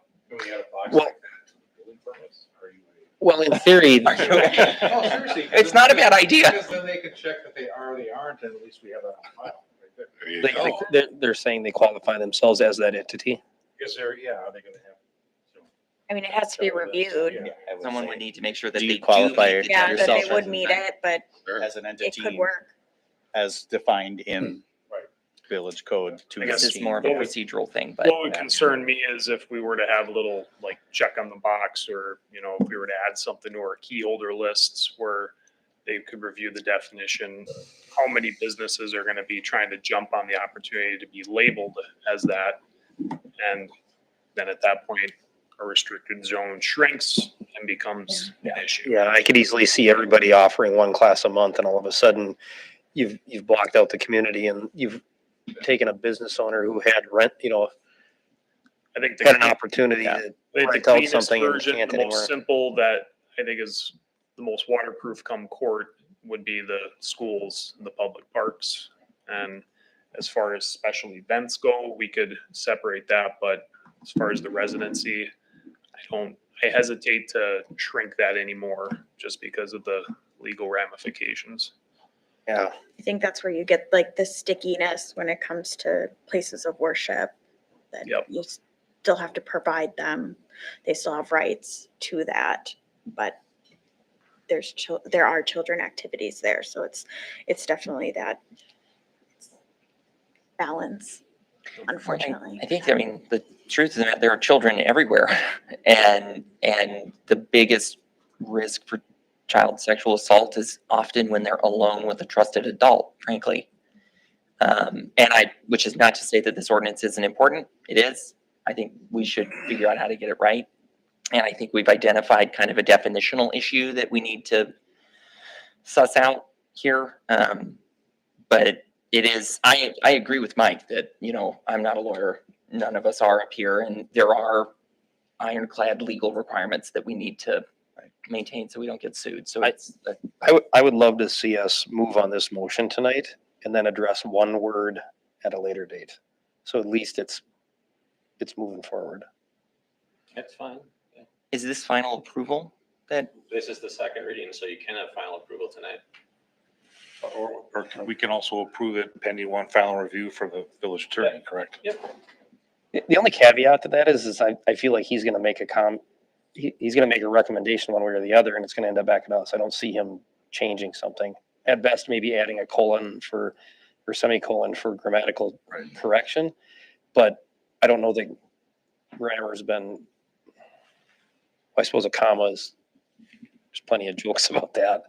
I think like Neil said, there's children everywhere, and a lot of this is going to be up to discretion to some extent, considering the circumstances of things. I'm okay with approving this tonight. I think it's pretty solid. It's been reviewed. But. Yeah, we can address a comma or a colon or a definition at a later date. At least we got it done. Mm-hmm. Having said that, then I would make a motion that we approve ordinance 25-02 as written. We have a motion. Is there a second? I will second that. Thank you, Arvid. We have a motion by Mike and a second by Arvid. Any discussion? I will stand in somewhat opposition to this just because I think it would be useful to get the lawyer to at least redraft that one section once. So I may vote no only on that. Anybody else have any discussion on the motion on the floor? In favor or against? Yeah, a little bit hesitant on it. Everything else looks good, but I'm not opposed to revisiting it. I no, don't but see it I don't done though. I don't feel comfortable about passing something that isn't right. We did this with a cell tower last week or last month. This is not a cell tower. I get it, but this is better than none. Oh, I know it, but then it should be in. I don't know. I'm not comfortable with it, but that's just my opinion. Sure. I am comfortable with this. I agree with Mike. Let's get something in place. Let's review it. Let's let other people review it. If we need to amend it in the future, we can, but at least we have something started. Okay. I would feel comfortable then if we, as part of the motion, to make sure that this goes to the attorney for review and modify that one little piece in there. Robert's rules would require you proposing an amendment. I think if we're going to suggest that we're going to approve an ordinance contingent on a lawyer's review, we're probably going to have to approve whatever he suggests anyway. So I think I I think we're picking the fly specks out of the pepper on it, which is a perfectly valid activity. But I think we can pass it. And if the lawyer looks at it and feels that the issues we've raised merit revision, those revisions can be brought back to us. We can adjust the definition as we need to. I mean, I think in part this is already a product of serious work and effort. So part of me thinks the lawyer may come back and say, that's the definition that's been tested and stands. That's what I advise you use. And if so, then we're done. Well, who made the motion? Mike, you made the motion. Yeah, Do you want to? I'm not accepting a friendly amendment. That's the correct way. And I mean, and Roberts would allow anyone to propose that. So, but if it appears that there may be a majority that will vote to approve, then I will still entertain discussion on the motion that's on the floor for anybody that wishes to voice their opinion in approval or against. That way you can feel like your opinions Only have because I been. haven't used it before. Is this a call to question where I request that you call for a vote? We're going Is that the deep now. term? Okay, I'll call the question. Thank you, Mr. Tom Forty. There you go. I'm gonna ask for a roll call vote on this one. We will start with Nicole.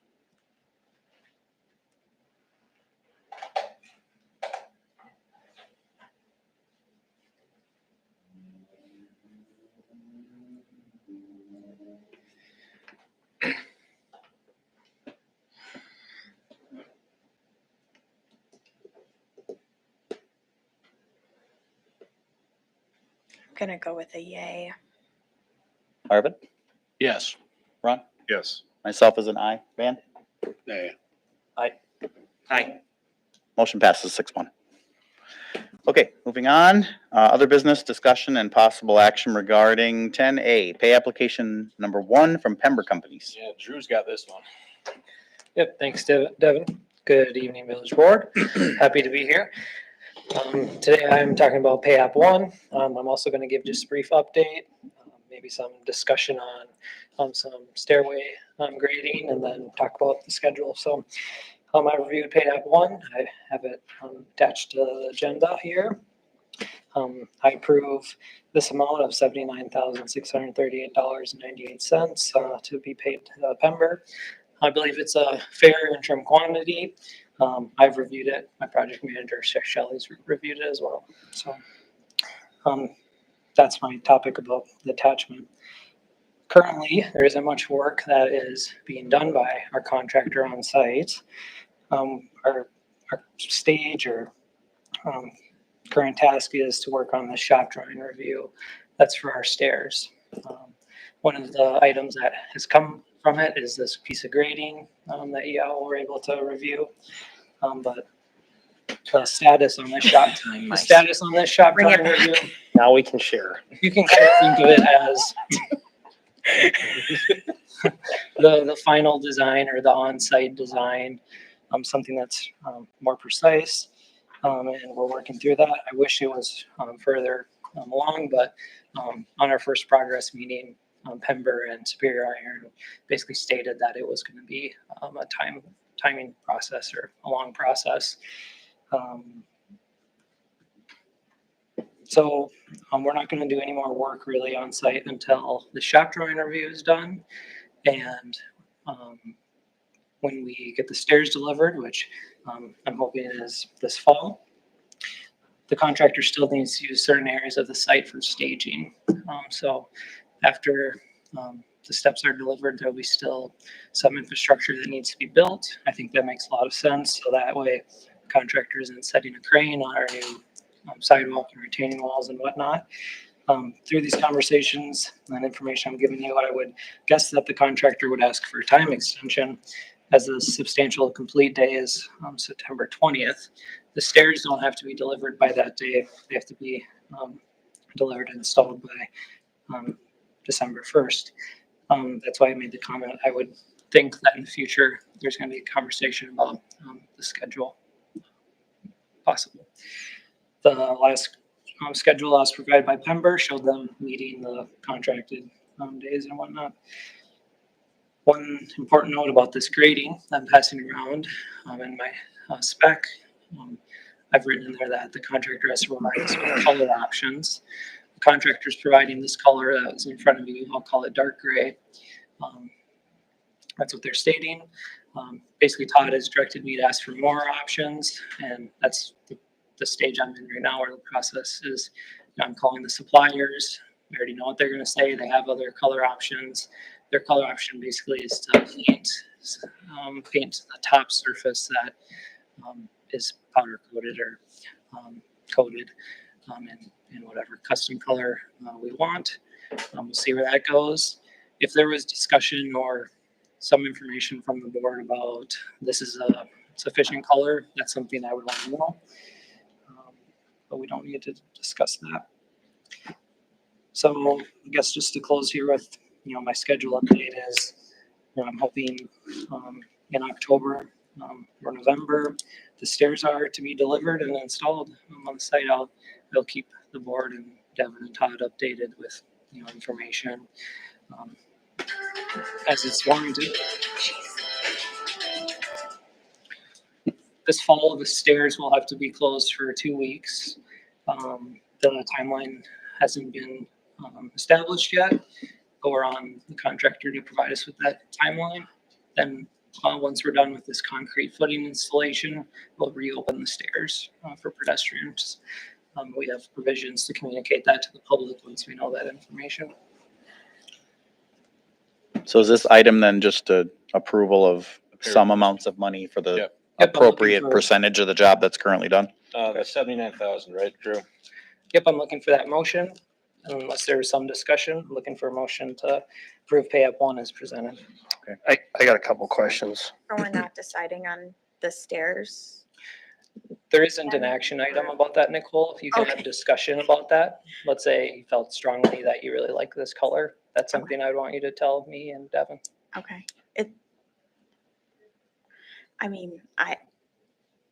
It's aesthetically pleasing, I guess, but I just don't know, is there a reason why we wouldn't choose, like Todd asked for like different colors? Is there a reason why we wouldn't just go with like a gray or like, or Yeah, I don't It know. all depends, Nicole, but this option would last longer, it'd cost less over the span of the project or the supply being out there. We won't have to maintain the color. Okay. This color. Yeah, it's brought before you because the spec said that they provide colors and we provided one color, so. Okay. Mike, you had some questions? Yeah, if you wrote something in a spec, I'm gonna ask that you follow through with it. If it turns out that all the other options with this manufacturer are just a top coating, then sure, let's stick with it. That's my 2 cents. I'm gonna dig into your pay app. Where's retainage? Yeah, retainage is on the first page here. It's up here. Oh, What is it? sure. 4,000. Yep, okay, Yeah, perfect. this is the new payout form just this year, so So they're, gotta change it up on you. So you Yep. know what's going on. they're coming back to do more work, right? Yep, of course. So they haven't fully mobilized then, right? There wasn't a provision in the spec that said you will get paid this much for mobilization or, But they still have to come back, right? yep, they still have to come back. That's right. So you could beat them up on one. Yeah, we could discount it. There's always closeout documents, and I brought this up on the Simmon Drive project too, that the submittal process was way behind. There was a bunch of testing that really wasn't called out. There's just a bunch of things that were critical for the process along the way. And there was nothing held for closeout documentation to make sure that that stuff was followed through. And I don't see that as a line item on here. So I guess just as you're going, We don't pay for that. We do have a provision for that. It's included in retainage with releasing that utilage, that we would get their record drawings. The submittals that you mentioned, that's something I sure hope we have before supplies are coming to the site. I didn't dig into yours as much as I dig into the past ones, but there's always timeframes on them. And that's what helps expedite the schedule, which is what you were just talking, that they're behind. Mhm. Having not seen it, I'll dig in the next time on your next project. Yeah, let's do it, Mike. Devin and Todd, they're in progress meetings where they talk about our closeout procedures. So And it's all just, it's to help expedite getting it done right and make sure we get what we want. And they don't just force something along on us. Refresh me, what do you think the extension is? What was their initial completion date versus? Initial was September 20th, wasn't it? For the groundwork up on Grist Mill. Yep. Yeah, and the contractor's asking to do some of the groundwork after the stairs are delivered because he has to stage the stairs on that site or have a crane. A little background on that. That seems reasonable. You're gonna make a mess. When we agreed to the original, it was, they weren't even sure yet how they were going to install the stairs. They didn't have a plan for that yet until they were designed. And their plan now has obviously changed. That makes perfect sense. You don't want to fix something and come back and tear it up with equipment later. Yep. So I'm just briefing you that that could be something that I come at the next meeting or in the future. That's something the contractor has to send me a letter. Yeah. So there was completion in September at top, but what was the overall project completion date? The December? December 1st. So there was no intention of having it done anytime this. No, because we knew the stairs was a 12-month leadway from the time they measured, so. Yep. And manufacturers continue to not meet dates, so I'm cool with it. So, okay. Is there a buffer for like snow? For the dates of when like Oh, things like are a weather day? installed, weather date, yeah, that kind They of can always thing. come back to us if there's a freak of nature or something. Every contract has got that in there. But honestly, the reason I asked the question is the community's gonna say, how come it isn't done by Wheels and Wings? Well, there was never an intention to have it done by then. The idea was that it was get done some other time by that. The next person to complain will be Todd going, why is there equipment in the way? I can't move snow. Yeah. Let's hope we We'll don't get any. Yeah. We'll make them move their own snow. Let's hope we Let's just hope we don't don't get get any. snow until the new year, That's right? right. Okay, I'm good. That dreaded word. I will entertain a motion to approve this pay application. I will make a motion to make the payment to Pemmer I'll second. companies. Okay, a motion by Van and a second by Mike to approve pay application number 1 for Pember. All those in favor say aye. Aye. Aye. Opposed, say no. Motion carries. Okay, what's number 2? Top 10 on this one, right? Albrightson?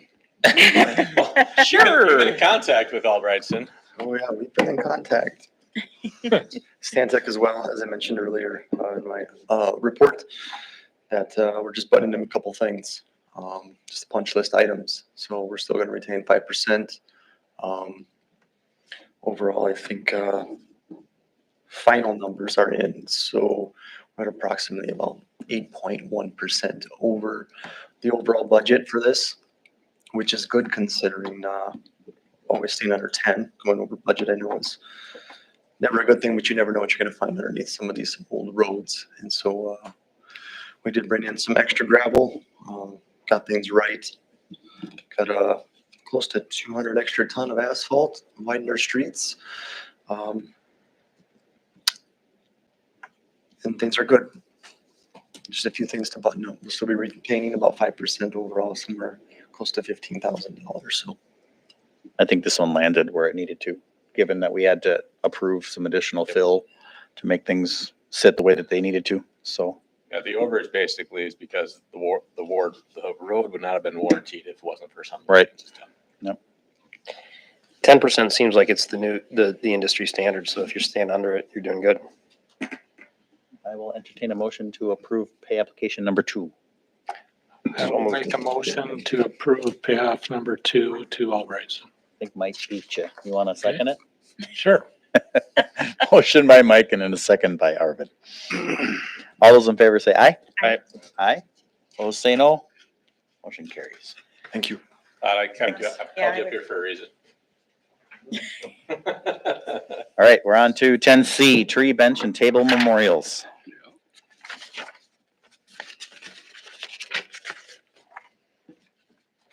No more stacks of beer cans and stuff. I'm gonna miss that.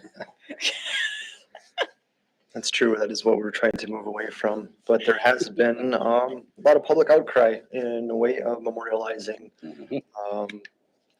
loved ones. So think I provided something from the city of La Crosse, just as a, for a representation of a program we'd sort of approach. We did discuss this at the DPW committee level. And like to do something very similar. As I mentioned, we're not seeking to do anything with current memorials unless the board addresses us and wants us to take action on it. But this is more of, creating and establishing a new one that just limits things to trees, benches, and tables. I will say this is a good idea too, that the last community was in Harmony. We had to stop doing the benches because literally everyone in the community could have sat on the bench at one time. So we wanted moving away to bench to trees and to tables because it was such a good program that people wanted to remember loved ones by. It's good that you recognize that there are some things out there that should stay. Did I also read that there was verbiage left in the policy that would allow operation outside of it, the standard memorial process too, if there was something out like Yes, way different? absolutely. If somebody wanted to contribute to a large denomination of money. Right, that's what I'm, yeah, More- like if they donate $50,000 or something, right? That time I would approach the board. Yeah. With what their expectations would be. Okay, Devin, what's the board action on this one? Just approving the policy. This would be a policy within the village administration and staff? What is the policy? That's what I'm wondering. And just, I'm gonna throw some comments out. I'm all for it, but I feel like we need to nail down exactly what we're providing, because I can easily see down the road buying some substandard piece of something and then having it become more of a maintenance issue. And then I remember when I first got on the board, other memorials that weren't being upheld anymore. Well, what do you do with them? Exactly, and once they reach sort of that disintegration moment, that's when they'll be removed appropriately, just due to being a potential safety hazard, or say a bench Yeah. disintegrating to the point that it's no longer. Just utilizing, and one of the things that this will do is sort of put it in the Village of Osceola Department of Public Works hands. We will only be utilizing and making available one style of bench, something that's already installed in our park, something that we know is has been tested, is going to stand the test of time. And same thing with tables, trees we're going to use and lean on the Department of Natural Resources, urban forestry site and what species and where they might go. So we're going to be a big part of the process of placement and species. Because some of their prices, like on the bench, was $1,600, and that's a pretty good bench. Yeah. It's gonna be the price of the bench, and that is the cost of the city benches on the web. Yeah, with a plaque. I'm all for talking to a bench company and finding out, can you have multiple little plaques on them? So that maybe when future people show up and donate $1,600 or whatever it was, maybe the answer is it actually replaces the bench, but everybody's plaque subsequently or previously gets replaced on it. Yeah. Do I properly read this memo that the action you're requesting is that we review the proposal, approve, and allow you to determine rates, fees, and the application program? And then would what I your read. intention be to come back to us with that? I definitely can. I did word it that we would approve and allow the Public Works Committee. We could potentially take care of that at the Public Works Committee level, but I'd be certainly happy if you guys did make recommendation. I could certainly bring it back to the I think board. that that's the proper place for this to go to, is the Public Works Committee. I'll read more So, carefully next time, I'm sorry. yeah, I the think- board action would be to endorse creation of this program. Yes, I think the resource from the city of La Crosse that you have is awesome. that's a good When one. it lays it all out, they basically did all the work as a blueprint, at least, that you can customize, We will have a standard, and Exactly. that's up to you to form that standard, and it's going to look good. And just make sure that this memo from this meeting covering the general information and background is included with the materials that you keep with the creation of this. If we pass it, it will include the additional considerations that you've put out there about how existing ones will stay and how there might be outside cases and stuff like that. So, but And I yeah, think this- I mean, if I would move that we endorse creation of this. Yep, and I think just as a Public Works Committee member, the helpful thing to see would be our version of that flyer. Yep. So that we know what the deal is. Absolutely. I'd like to see some language on it so that somebody doesn't get upset later that their bench didn't stick around or their tree didn't stick around or, I don't want an 8-page ordinance, but maybe something.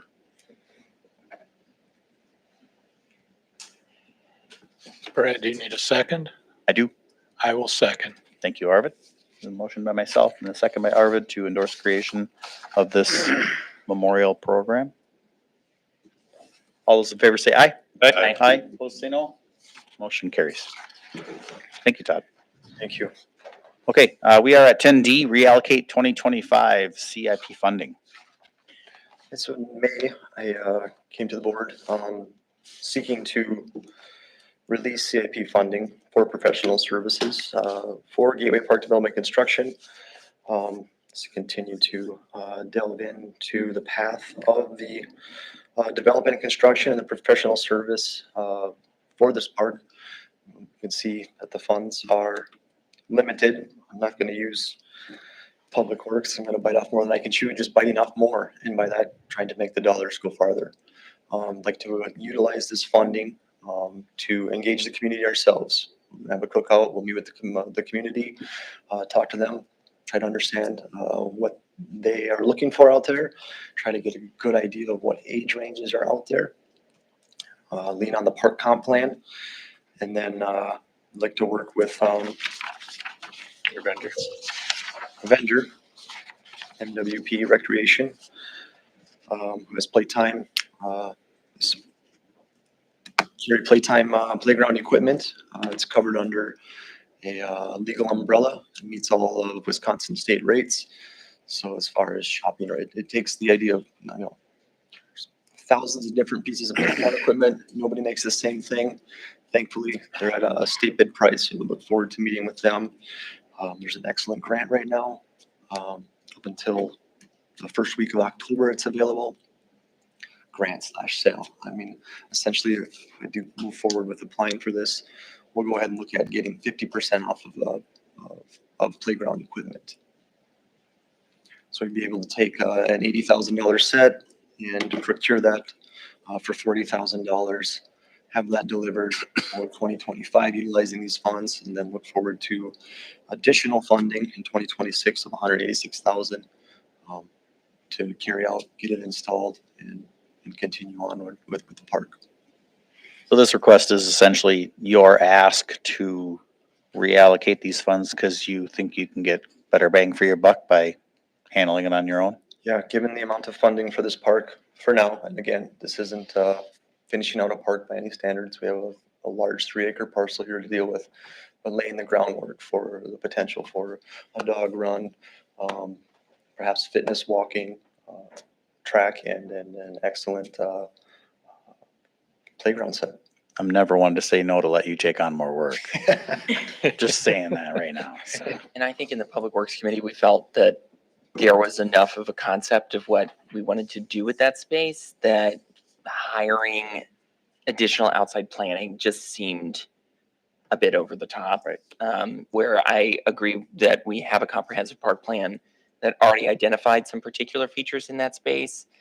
And I continue to believe in the power of hot dogs to bring people out to talk about what they want to see somewhere. Does that involve door knocking then? Are you just going to try to get everybody that lives around that proposed area? Yeah, so I think we'll get some flyers out in the area, and then we'll also for the community as a whole, especially with thinking about the future of potential development in that southern area and accepting money in lieu of park space and perhaps making this grow.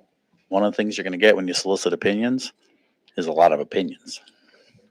So, I gotta ask you, I'm feeling like this conversation's going super fast. So we agreed to spend the 52.5 once before for professional services, didn't That's we? correct. Yes, that's what he's asking. He wants to spend that money himself to engage with the public. No, 52. Okay. And essentially shift that money towards PR 009 Gateway Park development and construction. So some of I'm it, gonna say two things that are maybe contradictory. I thought 52,000 was a lot for engineering for a park. I also feel like we're going down a path where we're yet again violating our our purchasing procurement policy. How state bid covers all the procurement policy. No, I just heard something about working with an individual vendor. Yeah, they're under the state bid, they're under the state bid policy. So everything's already been vetted and has gone through the proper channels. So it takes the procurement policy out of it already. It's just like when you go get trucks, they're under the state bid. So you're covered. So it's okay, I'm following you a little bit now. There's a state contract or negotiated price for a slide. Price.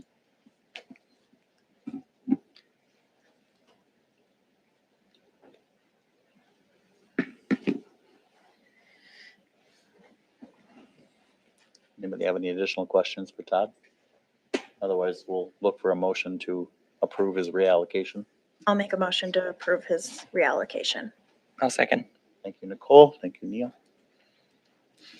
One more quick discussion point. When this came up, I thought this was a great way to solve some parking needs up there because I felt it was a little shy on parking. And then there was the VBrock property had lost access due to the airport's interpretation of their previous spending of money. Yes. I think those are two great things to address. I hope that doesn't get forgot. So you stand in favor of this motion, assuming he addresses those? No, I'm going to vote against it. Okay. Just because I'm caught off a little guard and I'm not, it goes against my gut feel. However, I'm getting the feeling that this is going to move forward and I hope that we address those two items. It did for me too, Mike. I assure you, last thing I wanted to do was potentially violate the policy. That's why I ensured that the company was vetted and was covered under the legal umbrella. I get hired under that same state contract. Sure. I just feel like we're losing, the public hearing process, the design process, some additional engineering. I'm not saying it's bad. I'm caught off guard a little bit and I'm back with Van on a colon or semicolon. Yeah. Completely understand. And it is, this was where to put the comma. Before we have any more discussion on this, because it sounds like we still need to talk a little bit more. Do you want to potentially revoke and let it go back to open discussion? Otherwise, we're going to be in violation of Robert's rules if we just have free discussion after there's a motion already on the table. So I think she's holding to it. So. Holding. okay. Call the question. I mean, anybody else is still free to speak in favor or opposition of the motion. I mean, that's how you engage in that discussion. So Mike is in opposition for the reasons he stated.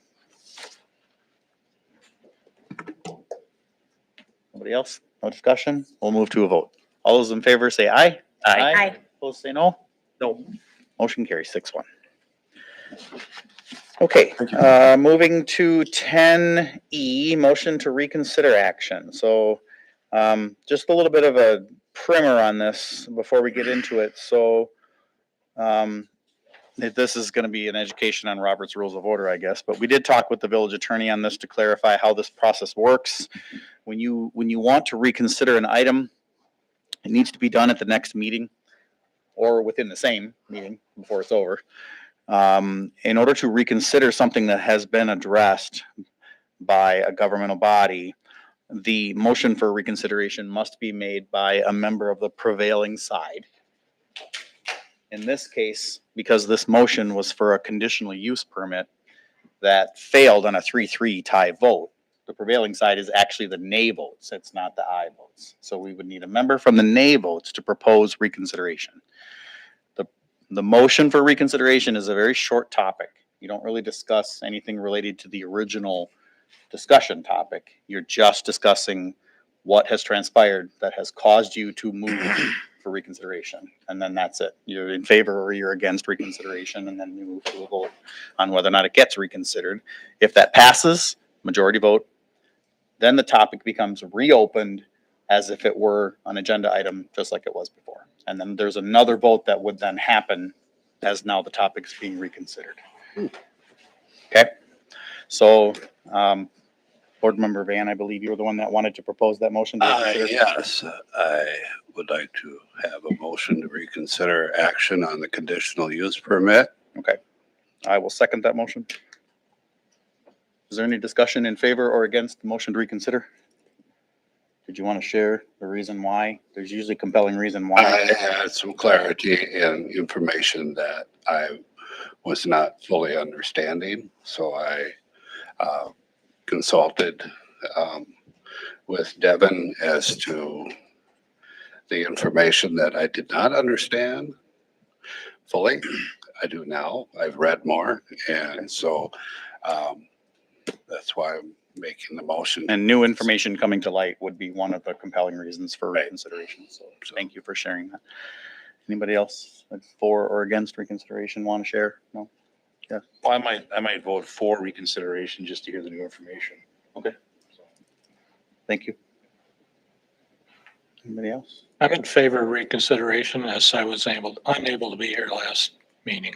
Also a valid reason, a member not present, so. Okay, if there's nobody else that wants to share in favor or against reconsideration, we'll vote. All those in favor say aye. Aye. Opposed, say no. Nope. Okay, motion passes 6-1. Consideration is granted. So now we are back to the original motion, which is, I'm gonna leave Devin to move through this because this is the narrative. I mean, if you want, I can help summarize high level 10,000 foot view, but Yes, this conditional use, this is a conditional use permit application. Conditional use permit application to turn the R2, the newly zoned R2 parcel that was zoned R2 last meeting into a planned use development under the rules that are set forth within the memo from Cedar Corp. Keep in mind, the maps are only there for illustrative purposes, as we have not approved any plat or layout for that.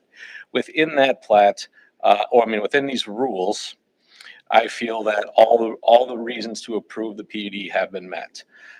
There was no new information. It was more or less clarification questions from Van. So when we said new information, it wasn't new information, was it, Ben? Clarifying his understanding. It was clarifying the understanding. Right, I did not understand. So that's one part of it, but the motion at the last meeting was to approve the PUD, and that motion failed by a tie vote of 3-3. And if I understand this correctly, when a conditional use permit application is proposed for discussion and then possible action, the first place you go is village code.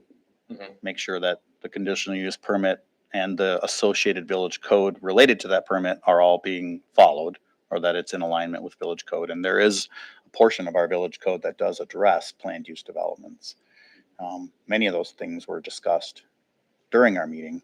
I think, Mike, you brought up a pretty good point about ingress and egress, right? Roads in and roads out. Yeah, Russ, and I can appreciate your definition for clarity to the definition of this. Russ's explanation was that this PUD was synonymous with his plans. And I'm going to reiterate what I just said. I acknowledge your definition. I agree yours is probably right. Russ reiterated, and I had him do it a couple of times, that it was synonymous with the plan. His plan, his narrative, his description did not meet, I think, 5 or 6 items in what a PUD. It didn't meet it. And again, it was synonymous. His plan was, he distinctly said, this is the quantity in the layout that would make this go. It didn't meet the definition. And it was a poor, it didn't meet the definition. I'll just stop there. I'll take it a step further in that, I keep hearing that the maps and stuff we saw were just conceptual, basically. Nothing's been approved yet. But he did say, like Mike just reiterated, that this is the plan, this is the number of units that'll make it go, right? Just tonight, we agreed to change our ordinance and allow lot size go from 90 feet to 75 feet. There's 133 lots here, and all of them are underneath the 75-foot rule by significant amounts that we just created tonight. I feel like we're being backed in by the developer to commit to a plan, even though we don't have to yet, every step of the way because they showed us a map. They told us that this is what we need for this development to go through. And now every step we take further is one step that we're not going to be able to have control of these. I am opposed to 40-foot lot sizes. Can I clarify the 40-foot? That is for It's the, twin homes, right? So that's that's 80 the feet. twin home, so it's actually 80-foot wide lot. Because you have the shared wall in between. I'm just uncomfortable going, 60 I could probably live with because that is becoming a standard. But some of these are 55, they're being crunched further. And some of our residents tonight and some other people voiced their opinion. I echo that. I think that we need to balance between having what we want for our community, attracting people, having affordable housing, but not cramming in small houses on small lots on top of each other. Can I just clarify? So there's what Russ said, and I agree, Mike, I heard him say the same thing. And then there's kind of the plan as Devin has described it to us, and I am inclined to believe Devin has the correct understanding of the process. So if we approve the PUD tonight, we fully retain the right to not approve a plat subsequent We have not even gone through. to that. We have not even gone through. So site interview yet. in the platting meeting, or whenever we're making that decision, the egress issue that Mike raised, which I agree is a valid thing to discuss, would be dealt with at that time. And if it's insufficiently dealt with, we can put a kibosh on the whole thing then. So I think we're conflating approval of the PUD with a full site approval, and those are fundamentally different steps. And I think that's how I'm approaching this, that we're going to have another bite at the apple where legitimate concerns and questions about sidewalks and entry and exit into the development, we can still change that. And if the developer doesn't like a change, or if they lose lots because we insist that they have more streets coming in or out or whatever it is, they can stop the project at that point. And that's a regulatory risk that they have to bear, that they need to give us a site plan that we're comfortable approving. But that is fundamentally a separate question from the PUD. Yeah, and These concerns were brought up the first time Russ was here. He had an opportunity. He had 30 days to come back and address it, and he came back with the same plan. Okay. And Arvid, for your sake, there's a definition for planned urban development, and I'm just going to reiterate it again. Overall density, that's one of them. It's fine. Paved streets and sidewalks adequate to serve the needs of the area will be provided. Adequate access to public streets and proper internal circulation will be provided. Sewer and water facilities, yep. The development will constitute a reasonable extension of the living area in the village and will be compatible with the surrounding land use. And adequate safeguards will be taken to ensure that parks or other open spaces shown on the plan are permanently preserved as parks and open spaces. So when I went through this the first time, I felt there was 3 that it didn't meet. There's one that's black and white. Adequate access to public streets and proper internal circulation will be provided. This was brought up at the first time Russ was here. Nothing was changed. He came back with the same plan. Actually, it got worse the second time because we realized that there was an overlay with the airport that potentially would block off the use. I think it reduced the quantity of lots and probably some street issues. It doesn't need it. And he had a chance and he didn't do it. And this is a super minute little point. Every time I drive by Excel up there, we made comments in planning commission and in the board that we agreed to that Excel still hasn't met. It's a nuance, but it's the fact that we let it slip through. And this screams it doesn't meet it. And I would believe what Devin, you've said, and I understand what you're saying. I wouldn't be, and this is not a motion, but I wouldn't be opposed to someone making a motion that this be sent back to Devin to talk with the attorney to make sure that everything is met or everything is satisfied. The points Mike brought up, the understanding that is made clear that I feel like we're being locked into these plans, even though we're not. Every set of plans they've showed, everything they talked about, every step we take is a more financial investment to them. I want to make sure that there's no litigation down the road, if we decide these lot sizes are not compatible with our community, they need to shrink them. I want to make sure that we're not forcing ourselves or our residents into anything here. I don't think we need to hurry with this. I think that we need to make sure that the attorney vets it to make sure it's in compliance with our current code, and then bring it back to us when some of the questions are answered. I don't disagree with both of what they're saying. However, we don't have anything to compare to code at the moment. There's no, We haven't there's been no submitted plat yet. Well, and we've got, The only thing that's at issue here is whether or not the developer is allowed to be granted a conditional use permit. And this code only comes into play once they start designing what they're going to be building. They don't have to worry about these parts of code until they're designing the planned use development. Right now, we're choosing whether or not they are going to be granted the conditional use permit based on the specifications that they have provided. If they can't make a map that follows village code, that's their own problem. I mean, that's like anything else. Like, you can't build a 70-foot high building downtown in Osceola. It's against the law. It's in code.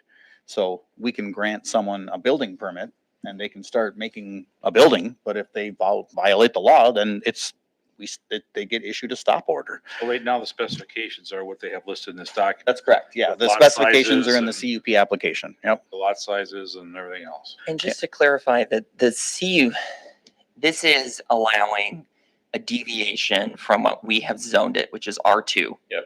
And it is only allowing a deviation on the points specified in this document. Yes. So all of the other rules that would apply in a regular old R2 development still apply. That's correct. And I think we did get a little wrapped around the axle on that at the last meeting, where it felt like these were kind of conflating. And I think that is also, Ron, why I retain confidence and believe firmly that at any point we can say that doesn't comply with our rules and thou shall not proceed, because the only thing we are altering is the minimum lot width. Yeah, the problem that we're having is that we're having a plan discussion right now, a site plan discussion, when we haven't even gotten to that phase yet. We're literally just, are we going to grant them a conditional use to start making a PUD? So for me, we're at that phase because I don't want 40. There's no 55 PUD yet, though. so This is let me a read, proposal, right? hang on, I want to read the definition of conditional use here. Because if that's really what we're discussing is whether we're going to give a conditional use or not. And I just pulled it up.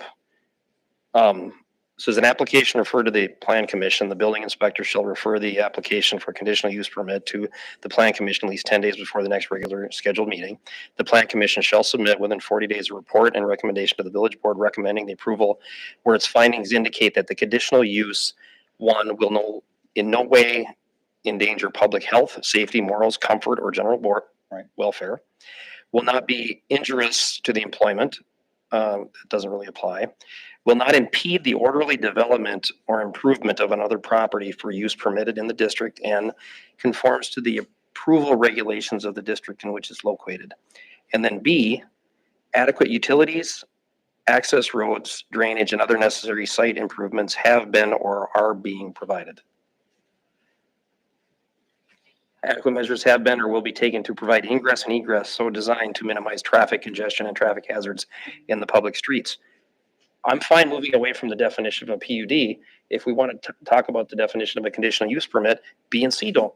Those two alone would tell this doesn't work. It doesn't provide adequate access and roads or traffic hazards. We have one ingress and egress on that drawing. What, the drawing that he proposed is not official? But it tells me here that I can use that as a measurement. Nothing to compare that to, though. That's the problem. But the conditional use permit tells me that I can use that as a defining factor. So with nothing there, I can say that, well, then I can't define, I can't make a decision on a PUD because I don't have access to show that these two are met. I understand that. If the PUD is only setting minimum lot sizes, which is the only. Hang on, we're not talking PUD though. Now we're talking conditional use permit. If the proposal before That's us what this is only It's a conditional setting, use permit to establish a PUD. if the proposal before us is only establishing a minimum lot size, and that is the only thing we are agreeing to, only. The maps are not a part of that decision point, because the only thing that we're saying is that you can make a lot down to this size. The arrangement of those lots is not part of what we're being asked to approve, because there's no map that's showing the layout. I get it, but the cup says I have to take that into account. Oh, Mike. And it's not available. So that particular point If can't I be can't, decided if upon. it's not available, I can't take it into account here based on this definition. What are the next steps? But I think then what we're arguing about is a hypothetical of what we think the roads are Yeah, gonna you can't, look like. you can't And govern I on what could you think argue- someone will do. I Right, could argue that, well, they're gonna make the roads look different. right. Like, this is my thing, like, we don't have a concrete layout that's been proposed. Right. And we're arguing about what is at best a conceptual map. Like I told Devin, what threw me off was the map should have never been on there.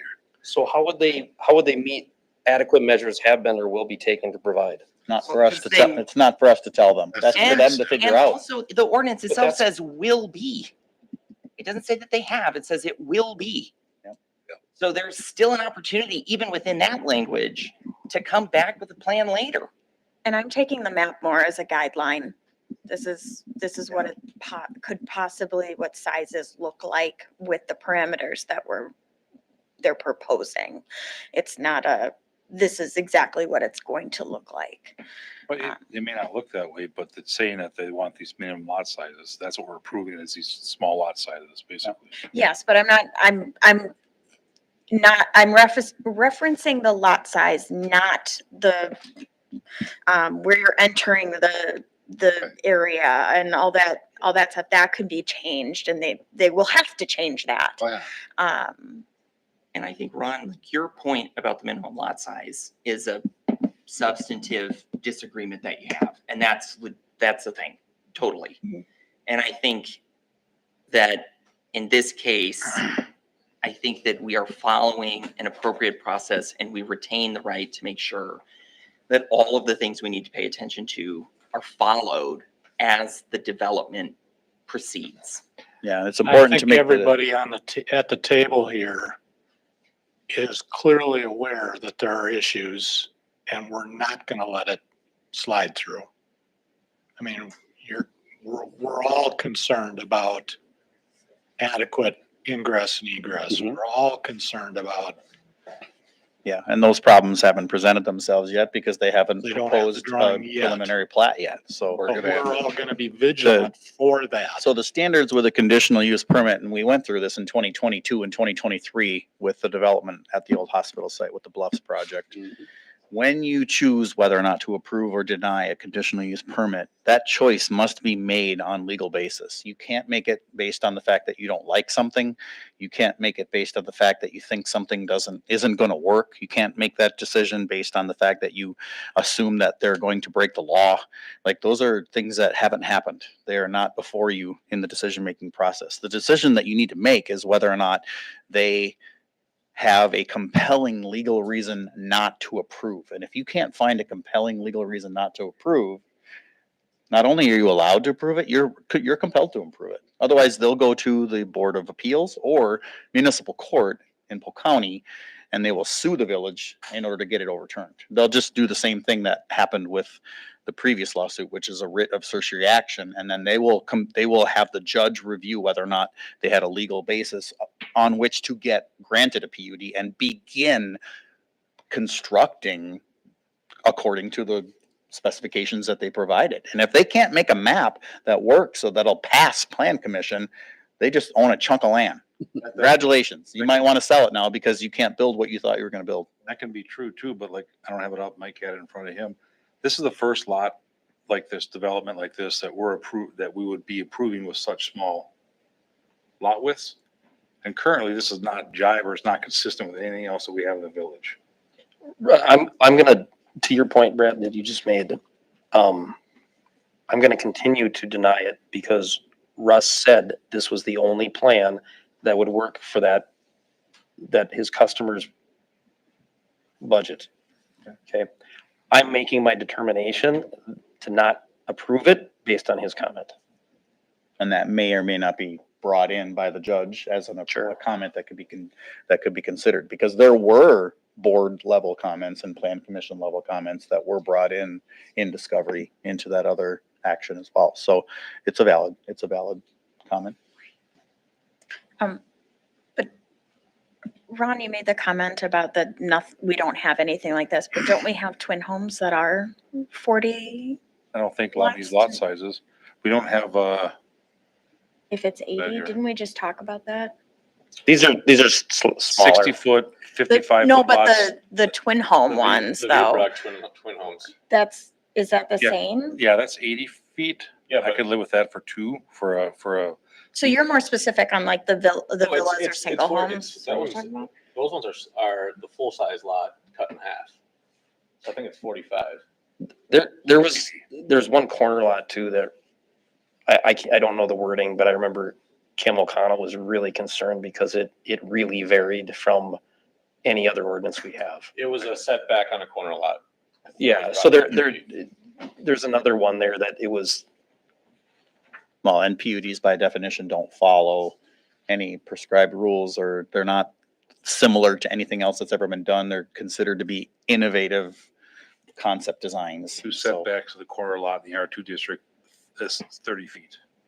yeah. There's, if I remember right, there's 2 cul-de-sacs that Russ said potentially could in the future Setback. be extended onto the township road. There was the- No, it wasn't, the potential, the cul-de-sacs to the north have could run up to 68th, and then you have, the 2 branches 258th. that would be running into the future development. Yeah. That's what it was. How about the ones to the west? Those cul-de-sacs would not be able to venture out to the west because that's where the wetlands are. Yeah, but again, now we're They in site could do plan the again. one, We're having but that discussion really about a site doesn't- plan design that yeah. doesn't exist. We have to keep focused on the fact that we have to find a compelling legal reason not to approve, or we have to approve. That's the black and white of it. Like, they've applied for a conditional use permit, So and if we can't find a compelling legal reason not to approve their application, we have to approve it, or we'll be sued. That's the end of the discussion. So, I mean, we can vote the way that we want, but this process will continue until the developer finds the legal answer that he deserves. the developer sent his representative, and his representative said, this is the only plan that would work. I feel he's made a statement. Assuming he doesn't change it. I'd love to see him come back and change it. Me too. He has to propose something that's legal. Not gonna build if it doesn't work. And I just don't feel like it does currently meet our standards as outlined in at least one of the. It doesn't meet the cup. If we set the PUD aside, fine, it doesn't meet the conditional use permit requirements.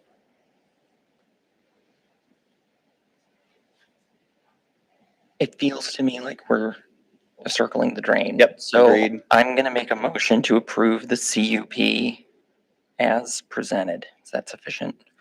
I will second that. As presented, oof, ugly words. Would you like different ones? I don't know what it means. Well, like in the documentation in the book. That's what it means.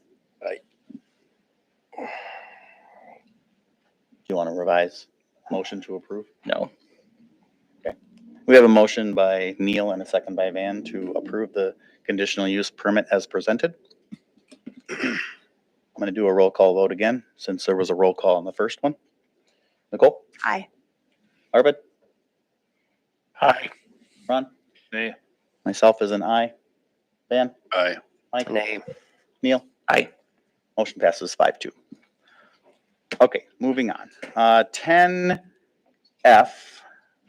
amendments to development TID and purchase agreements for CE Werzer. So this is a timing concern, right? They Yes. just needed to extend the time back a month or two? Extending time length, just taking a little longer to get the title search done and some groundwork done on site. No money changing, no money changing, anything else, just new- dates? Strictly timing.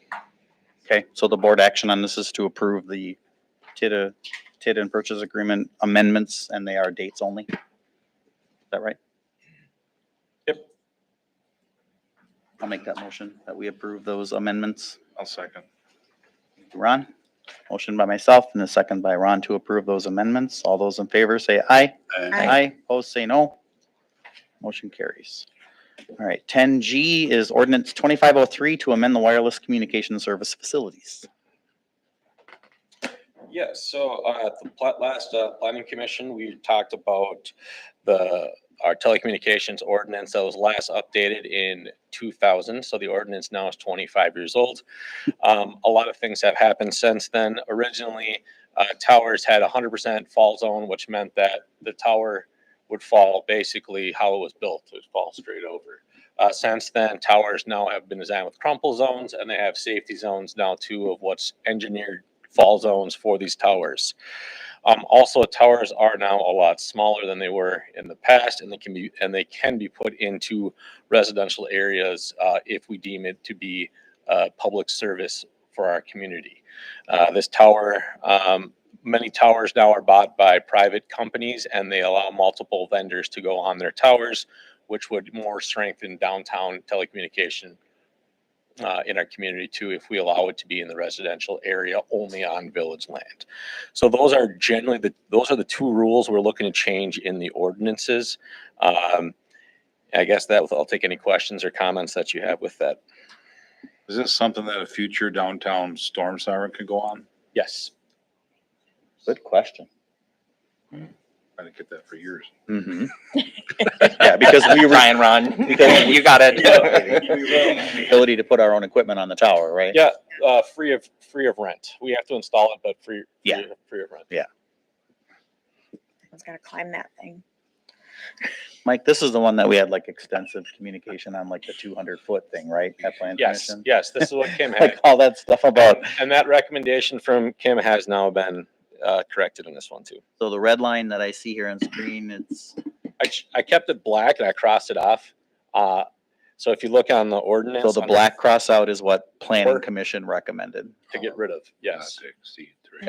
And the red is new language. New language or change language, yes. So the black is the changes that Plan Commission made. Yeah, we didn't really feel much of anything in paragraph 5 was worth talking about at all. And that is, the tower designer is responsible providing the engineer fall zone. That was old setback language, right? Yeah. And those were the really two major changes, right? It was just those two pieces there. Those are the only two areas that I felt were out of date and needed to be updated.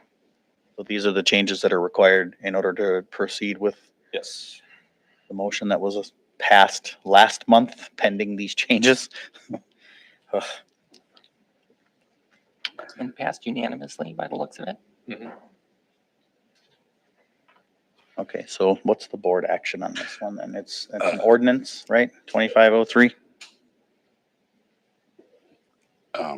Is somebody that would like to make that motion for that ordinance? I would like to make the motion to amend the wireless communication service, ordinance number 25-03. Thank you, Van. Is there a second? A second. Thank you, Nicole. A motion by Van and a second by Nicole to adopt ordinance 2503 to amend the wireless communication service facilities code. All those in favor say aye. Aye. Opposed, say no. Motion carries. 10H, creation of stormwater utility, scope of work.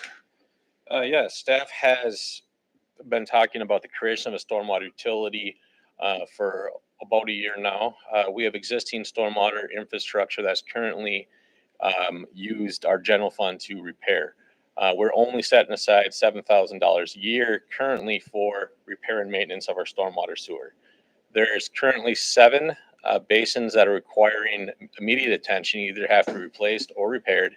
And the total of that is going to run, around 50, this tax year, but somewhere around 50 grand to replace all of that. So we have a stormwater system, but we have not been properly maintaining it. It has never been cameraed. It has never been smoke tested. We live on a river where it's kind of our obligation to make sure that our stormwater system is working properly. And the only way to continue making sure this is by the creation of the utility to make sure that there's appropriate funds to make sure that the workings of the stormwater are current, that we can do maintenance with it and also expand it in the future too. Just like the water and sewer utility, the stormwater utility would be able to help with some road costs too, such as potentially curbed and gutter basins to help offset set aside some of the cost, that construction cost. So with that, the scope of work would be authorizing SEH to go ahead for the creation of the stormwater utility. We'd be looking to do a general fund borrow to pay for this and then reimburse ourselves through the creation of the stormwater utility to pay back the general fund for the creation of this utility. How much is this scope of work estimated to cost us? About 30 grand. That's what SCH is going to charge us to cover all the details on creating this utility? $29,880 Thank you. cost and payment. That's the exact amount, yes. Thank you. Is there a staff member who has to work on this utility like everything else? It'd be billing, the billing would be happening with the water utility bill. Okay. The methodology of how they bill it, that'd be part of the scope of work. I didn't hear you. What? How the creation of how they bill would be part of the scope of work, because there's different ways that you can create the units of how you bill. Usually you break it down to commercial, industrial, residential, and so on. So it's based on that. But that is the scope of work that SEH would be proposing. Yeah. Yeah, this is something we really need. Gotten by pretty lucky for the last 20 years without any major issues with stormwater basins, and they're all trashed. I've seen several of them. Eric, did I miss anything? No, I'm available for questions, certainly, but There's CIP dollars that's going to be directed towards this project, or no? Is this all just I utility just said funded? that we have to borrow from the general fund and then reimburse ourselves through the creation of the utility. yeah, and as Devin mentioned, we talked about a couple different ways that it can be set up. Typically it's set up with these REF or residentially equivalent factor. And then based off of basically the imperviousness and the size of the parcel, you pay for your own stormwater kind of idea. The bigger the dense it is, the more they'd pay for the utility. Because conceivably that water is running into the storm sewers and not soaking in the ground. Correct. Yep. Okay, so we need board action to approve the creation and scope of work. Or actually, the board action to approve the scope of work with SCH. What happens if we create this, we pay the loan off, this fee is still there, and then improvements aren't needed for 20 years, and what happens with that money as it builds? Oh, there's gonna be improvements needed regularly. Yeah. Our system has never been drastically improved. Currently, we have existing 7 basins that need to be repaired. Not to mention that even yearly maintenance has been let go. We're also taking on retention ponds too now with these developments that also would fall underneath the stormwater management, and those ponds need to be dredged about every 10 years. So even that would be in part of what these funds would be used for. And these funds can only be used for those specific things. It'd be the creation of the utility for that. The administration of the utility, whatever it might be, but it would be strictly used for the stormwater. Would the utility also pay the wages associated with administering it too? Potentially, yes. Depends on how you guys set it up.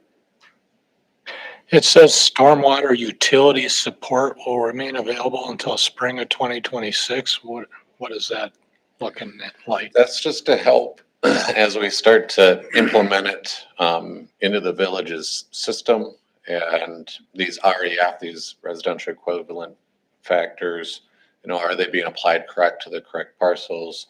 Are the systems working with each other? It's a bunch of data, basically a parcel data and information, and making sure that it works. And so, all of engineering, what equates to dollars on an agreement like this is hours that's put in. And so we just put an end on it so that we can put a finalized dollar on it. We're not going anywhere. You call us and How and when are these REFs assessed and paid? What's that? How and when are these REFs assessed and paid? So Devin can hit on that too, but your updated utility billing it'll be on the same. Yeah, it'd be on your monthly bill. and it'd be determination of the engineers of what the unit or what the property is labeled as.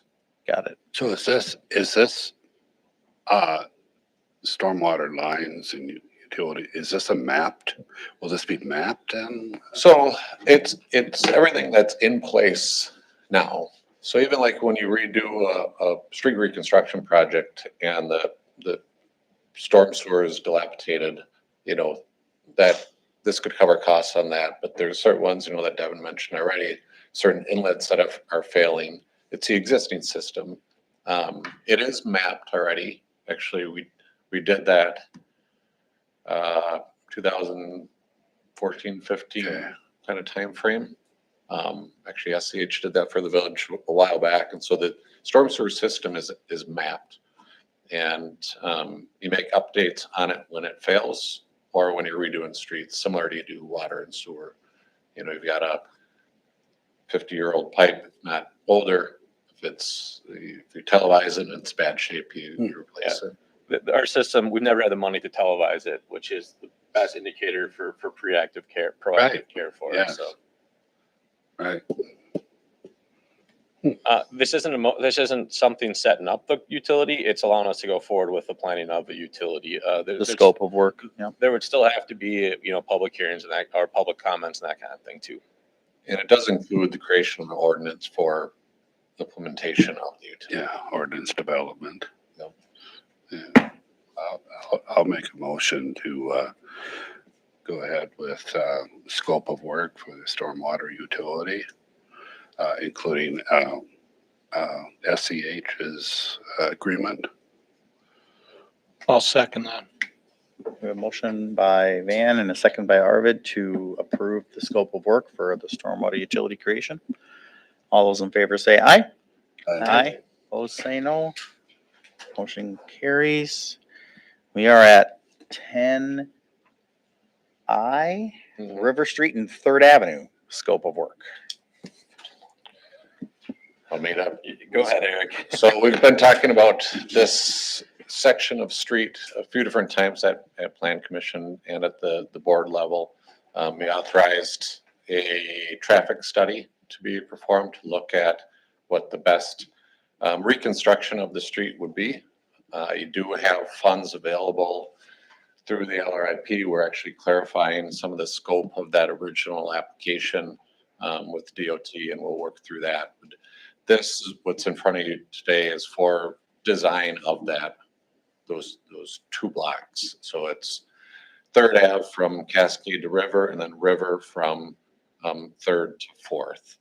And so really that two block piece, kind of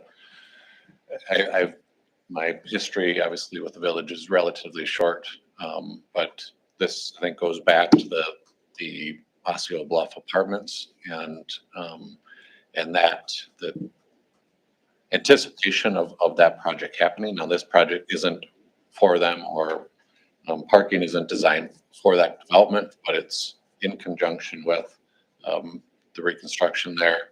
The streets need to be redone, and that kind of brought you to that's why it's higher up, maybe on your CIP planning. Yeah, and keep in mind within this scope of work, there is, they're asking about public input. There is space for 2 public input or town hall meetings within the scope of work too. It's really hard to have public input when there's nothing to look at. Otherwise, we just meet to meet, and I want to make sure there's information in front of people when we meet. So there's actually there's actually good feedback being going both ways when we have something to at least present or multiple things to present to people. Yes, thanks for bringing that up. And I put in here two town hall style meetings. It can be any style that you want it. We've done open house in the past. We've indicated maybe a town hall style. We'll reach out to residents, immediately adjacent and any other public that's interested in the project to participate. So approving this scope of work is really what starts the clock, so to speak, with this project. So this would run, through the winter. So you have into January. You've been present to several of the planning commission meetings as well as board meetings over the last couple of months for village board, and you've heard the input in both public Yeah. public comment at the beginning of the meetings as well as other times that people want to be included. So Absolutely. the spotlight will be on you guys now that you're actually going to be given permission to begin developing the scope of work here, that your ears are open and you're ready to listen. So, because there's going to be a lot of people, again, what did we say? When you ask for opinions, you're going to get a lot of them. So,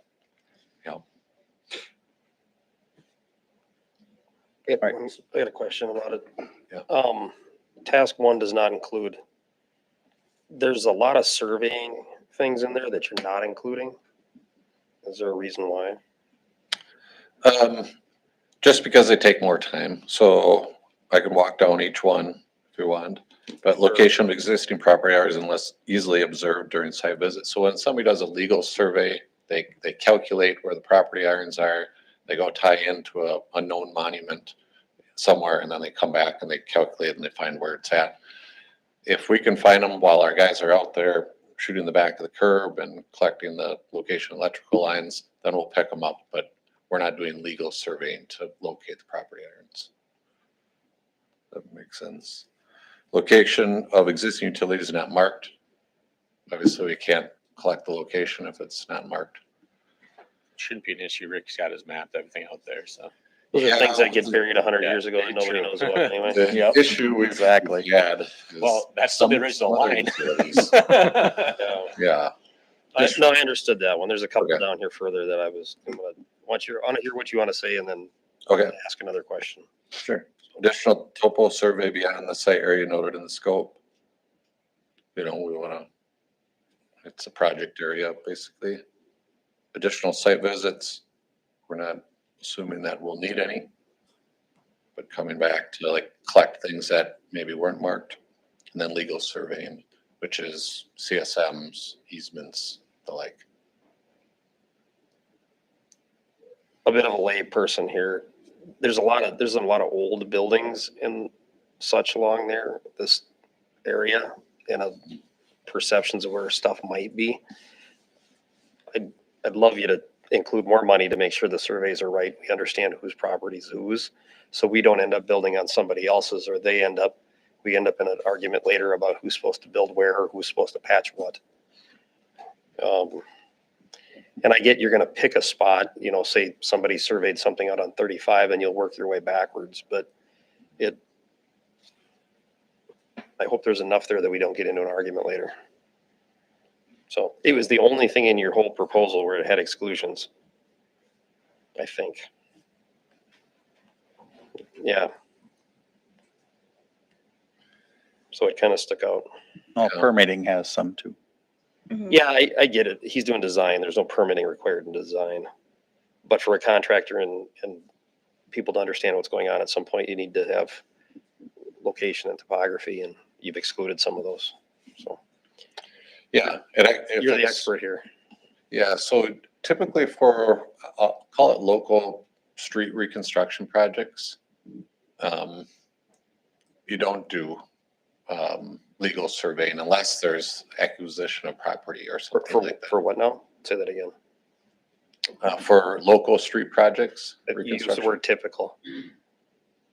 I think you said for typical projects, and I don't think this one's typical. Yeah. I'm giving you a chance for an out here. Well, and I think that it's a good suggestion, and I'm happy to add it to, it's a legal surveying piece. Might add a couple $1,000s. Well, just as long as we're clear it's not there, and it may come up later, so. Yeah. Well, how about this? We'll do the topo and like our head surveyor or our head guy that coordinates topos and stuff. We'll see what information we get when we're out there. Then we've got the county parcel information that we always tie into projects as well. Sure. See how comfortable we are with it. And if Might we find all feel kinds like, of pins and irons and. Yeah, if we feel like, hey, nails there's this and area trees where it's pretty iffy, then we'll come back and ask. Devin, remind me, is the cash for this set aside in the CIP? Yeah. That's what I thought. That one we've always been balancing on because it's in the CIP, but we haven't done it yet. Yeah, right. Those are just finally engaging it. I make a motion, we approve this expenditure. I will second that. Thank you, Mike. Thank you, Van. We have a motion to approve this scope of work for River Street and Third Avenue. All those in favor say aye. Aye. Aye. Opposed, say no. Motion carries. Same thing, but Ridge Road. Yeah. Yes, so now we're looking, this has been long in discussion for this property, since the village bought it, that we're ending the access point on the middle of the hill of 35 and Ridge Road now will be coming out where Quick Trip is. The development, the proposed development along Ridge Road, the new Ridge Road, will grant us sufficient TID dollars to be able to afford this extension. With this too, we've also been reaching out to Dan Tronrood, who owns that building on Depot Road there, about the ability of putting a trail through his property to connect to the old road, which would then now turn into a bike or a walking path up Ridge Road. So this is really allowing us to connect downtown to on top of the hill via a walking or bike path now, and also allowing us to create safer access onto 35 from Ridge Road now by eliminating another access point from 35. Without these projects going on Ridge Road, we would not be able to afford this project, but now with new development, we are able to go ahead with this project. Cool. Anybody have any discussion issues for Eric regarding this one?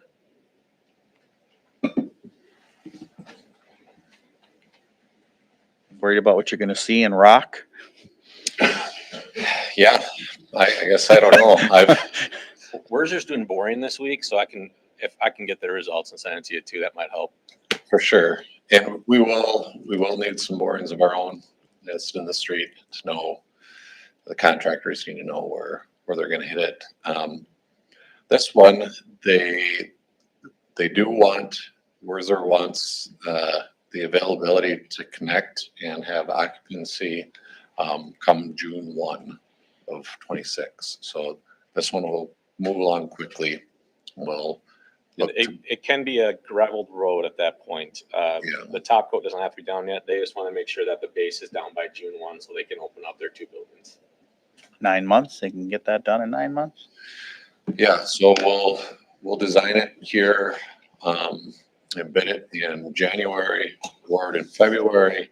So they will have, March, April, May to construct. It is tight. really and tight. It's about 500 feet of road. But it's in a field, assuming that rock doesn't slow them down too much, it's achievable. And again, it'd be gravel road at that point, but You said the TID dollars are covering this? The future payments, there's gonna be stuff that we might have to do some interim financing for. But the TID would make the payments on it. Currently, we only have $120,000 in cash available through TID 3.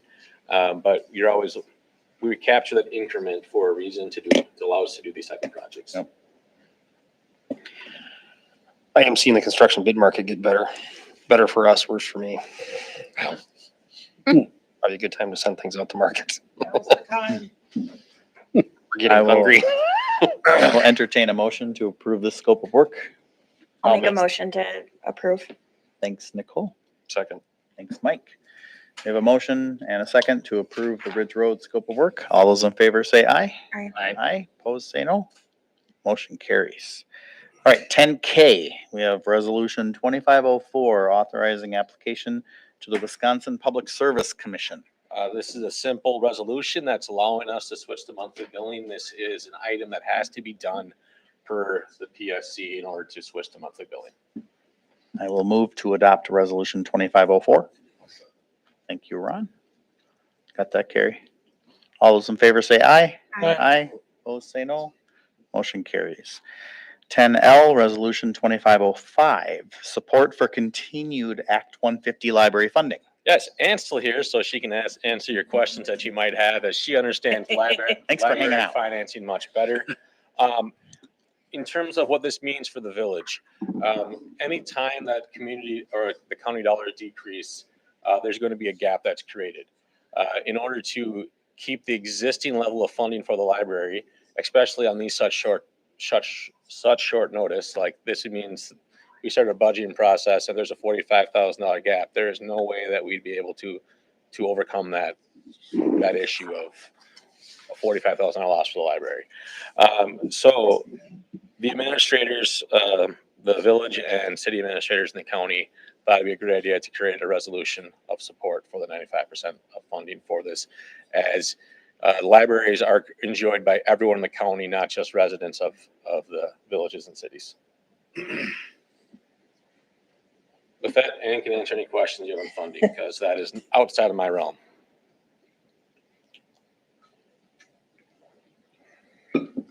Number one goes to Neil's question at the beginning of the meeting.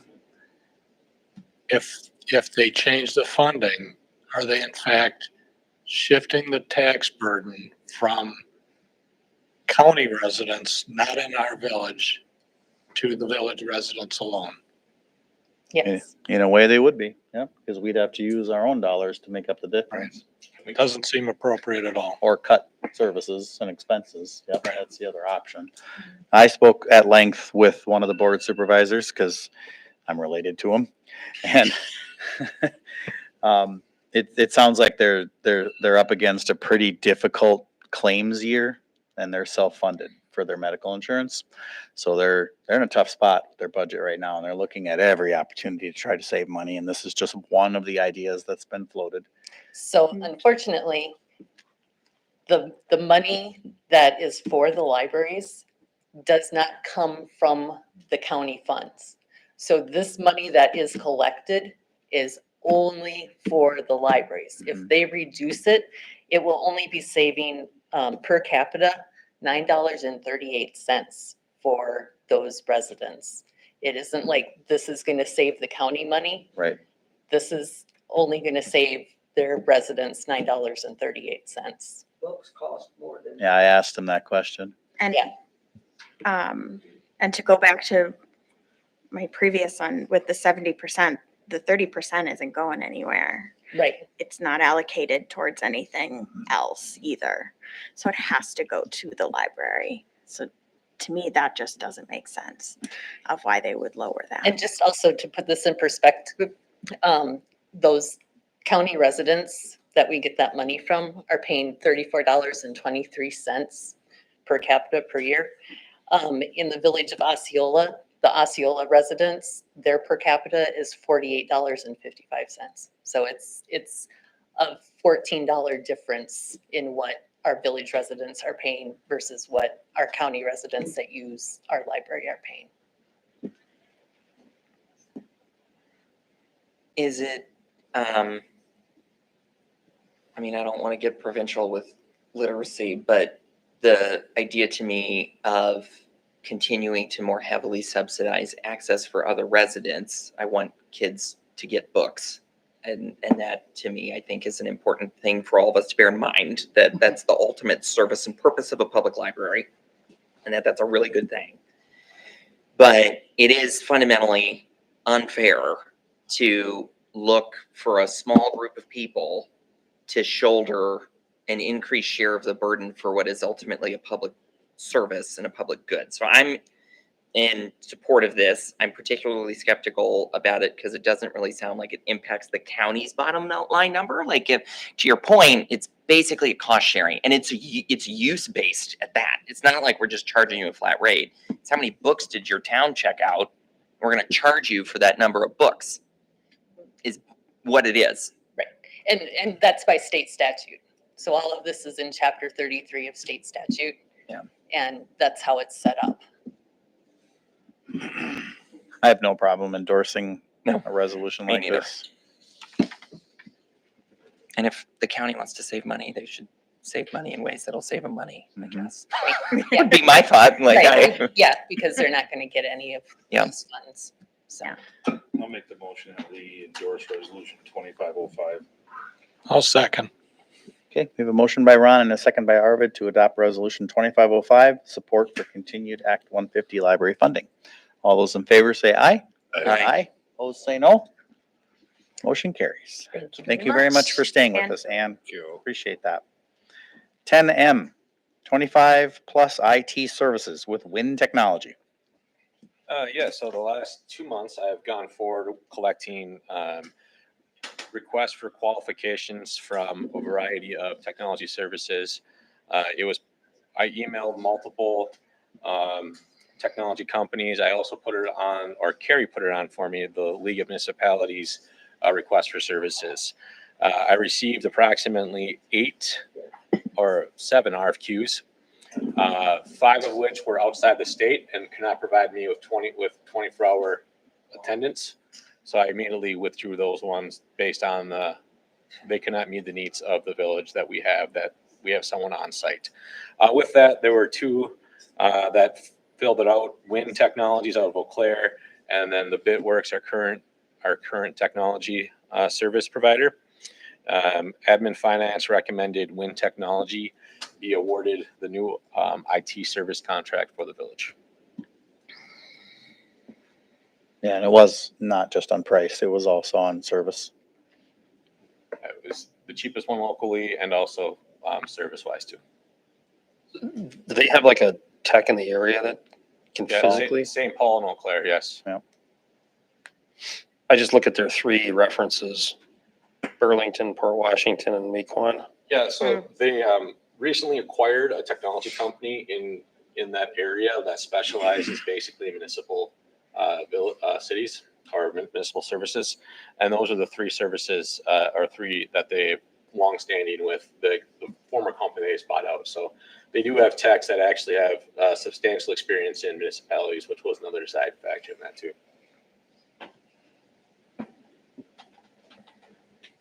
And they're familiar with data services and privacy because they work with municipalities and hospitals that have high levels of security, especially for doctors and police departments. Okay, the board action here would be to approve the selection of Wind Technology. I'll make that motion. I will second that. Okay, we have a motion by Arvid and a second by Van to select Wind Technology for the village's continued IT services. All those in favor say aye. Aye. Aye. Opposed, say no. Motion carries. Okay, moving on. We're just about done here. 10N, Mount Hope Cemetery purchase of land. In your packet, you see the counter offer for Mount Hope for the parcel of land that we made an offer on. Was it last year and a half? It's been a while. Most recently, this is their request. If you would like to negotiate it or reject it, you can reject it now. If you want to negotiate, we can go in closed session for state statute covers that for the purpose of negotiation of buying land. So with that, we can open for comments and then enter in a closed session after the second part of the next topic.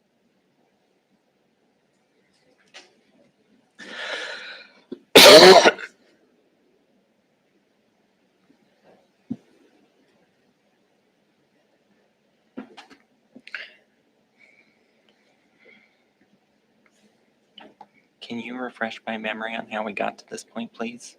Currently, left field is on the cemetery property. And we just thought it'd be cleaner if we acquire that land. And as they would like us to acquire too, because then, it's no longer their issue or trying to figure out what to do with it. We did make an offer of $10,000 last year for that part of land. And their counter offer was originally 30, and that did not meet the threshold to even begin negotiation. So we just left it at that. We're at this point because in the past there was handshakes and discussions, but nothing ever documented. Right. What about this land swap?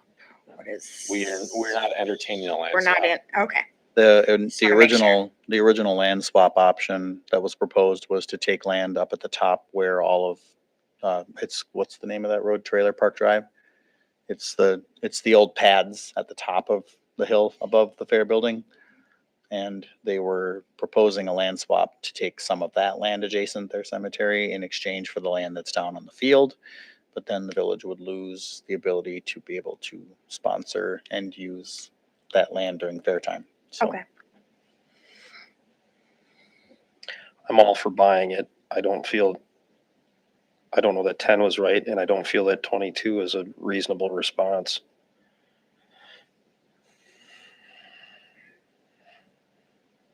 A lot of money for left field. We're not gonna As you can embarrass see the triangle, you can see the triangle on the map. That's what we're buying. Yeah.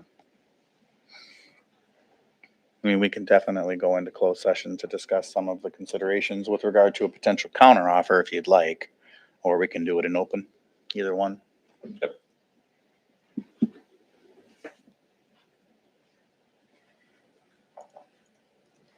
Or you were uneasy with the 10 or the 22? Or? I don't know that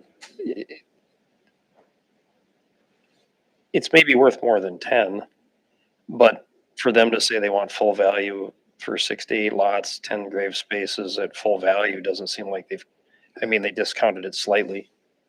Some elevation there, quite a bit, actually. Yeah, again, there's a predicament here on both parties.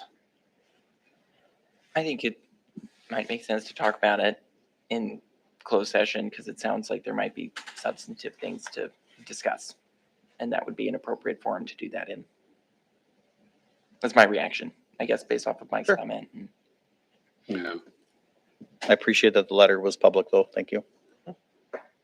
Okay, no board action on that one. We'll move on then. 10O, potential sale of land for PID 165, 115. Is Eric still here? Oh, man. A trooper. For hanging out. Appreciate that. Did you include those photos that I brought to the? No, I didn't. I was out today. Are you able to pass those Yeah, around? pass around. Alright, so I just added some actual photos of the parcel that's discussion. So as you can see, in regards to this parcel, obviously it's that parking lot that's behind the patio and behind Leatherworks there. Obviously, I'm not asking for the whole thing. So there's this 15-foot stretch that's behind our patio and butts up to the parking area that's kind of useless, I would say, at this point. Yeah. I kind of came across this when we had to move our natural gas lines for our patio heaters. We used to get them we used to pull off the old house, and when we tore that house down, we no longer had access that way. So with working with the utility company, we looked into bringing the natural gas line back that way. And that's when I actually came across that this stretch of land was village land. So then that's kind of why I hatched this idea. We've been maintaining this land, I would say, for about 15 years since we built the patio. We water the grass, we mow it, we pick up the dog poop, and we shovel it as well. So it just kind of, when I was thinking about this, it came to my mind that maybe it'd just be better if we could purchase it and I could get on the tax roll. And then I could continue maintain it and maybe do some more things with it as well, such as like planting trees and stuff like that up there to kind of continue with the patio. As you can see, as we're doing our current project, I also was kind of thinking of different ideas for adding on to our current patio, along with trying to get more storage. So in this proposal where I drew that rectangle, and this is just theoretical what I could do, I didn't want to use up all of our landscaping that we currently have. So to utilize space better, I thought I could kind of go into a little bit of this 15-foot stretch that's not currently be used and kind of protect some of our current landscaping. So that's just kind of where I'm at, I guess. So what, that water runoff from the parking lot, how do you deal with that? It's never been an issue. Never been an issue because There's of a storm basin. the grass, or there's Yeah, it must take it in You pretty can't good. It's basin like right here. So my comment in the planning commission was, there's a phone pedestal midway in here. Yeah, And that I'm- is on there. That's right there. And I'm. Are you talking about that black box back there? Oh, sure. That's a power outlet, I think. There's a phone There's a phone. termination pedestal there. Okay. Yeah, Yeah, I it's see there. And I'm the one that made the motion we should sell it. I'm also cautious of Eric wanting to do something and us preventing him later because of a setback or something else. So it's like if we sell it, I feel like we need to say we're selling it in the context he's gonna be able to use it. I don't want him to be Mr. V-Bruck in 20 years. Where I'm like, well, I bought it under the idea I was gonna do something and I won't let me do nothing. How wide is this strip total? This whole 12 is feet. right Okay, here. so you want my 12 feet, but how wide is the strip that the village owns? Oh, it's the whole parking lot. Okay. You're just talking shaving about off from the the back of the grassy patio to the Yeah. parking lot? You're shaving 12 feet off of the parking lot. That's grass. It's this whole section. So that Yeah, so red- that red area is part of that whole big parcel there. Yeah. So it's just one big parcel that also includes that strip of grass It's there. 12 feet wide. I talked to Todd. Todd has no use for this space whatsoever, so he had no problem getting rid of it. To Mike's point, which I agree with, we've run into other situations where there have been understandings that then weren't. This is your kind of what you're thinking about, but if we were to proceed with this, you would understand that that does not mean that we're approving that. Yeah, the expansion. Right? Agreed. This is just your kind of like what I'm thinking about doing, but you wouldn't interpret us selling you the land as approval of any kind of particular scheme. Correct. What is a conditional, or what's a commercial setback? Zero. This is zero setbacks in downtown. Oh, it is? Yeah, unbelievable. Well, you'd run into your own utilities that you just. Yeah, so, yeah. So that telephone pedestal is not even a problem. No, it's Unless more it's services and other buildings. No, it'd be the easement. You can't build on top of an easement. Right. Right. Yeah, so if there's an easement there, that's what the issue would be. Well, and you can deal with that. Mhm. Yeah, he would be assuming that liability. I brought it up so everybody's aware. Right. Yep. That's I good. appreciate it. Yeah. So. And that he's aware of it. Yeah. Yeah. Right. So we're just agreeing that we haven't picked a price though. No, we have not picked a price. And that's in closed, I Should be a believe. closed session discussion. If you want, unless someone wants to throw a number out there and. Let's tell you, how much is the cemetery? Yeah. Straight on, yeah. That 22,000 will Problem solved. Suddenly, things just got interesting. Yeah. Maybe I want to bring this up a When the month later. YouTube Yeah. stream gets famous. Todd, the one thing I'll bring up in public here is this is another chunk of grass Todd won't have to mow. Yeah. That's correct. And it's not just that he's mowing it, he's stopping a truck or he's driving a piece over there to then work around all this. In theory, because Eric, even though you're doing it now, right? Yeah. You could say the heck with this, let it go, and then he has to do it. Sure. So you've been doing us a favor for a while. There you You're not gonna send us a Van bill, are has you? for the most part. Yeah. Please don't send us a bill. Yeah.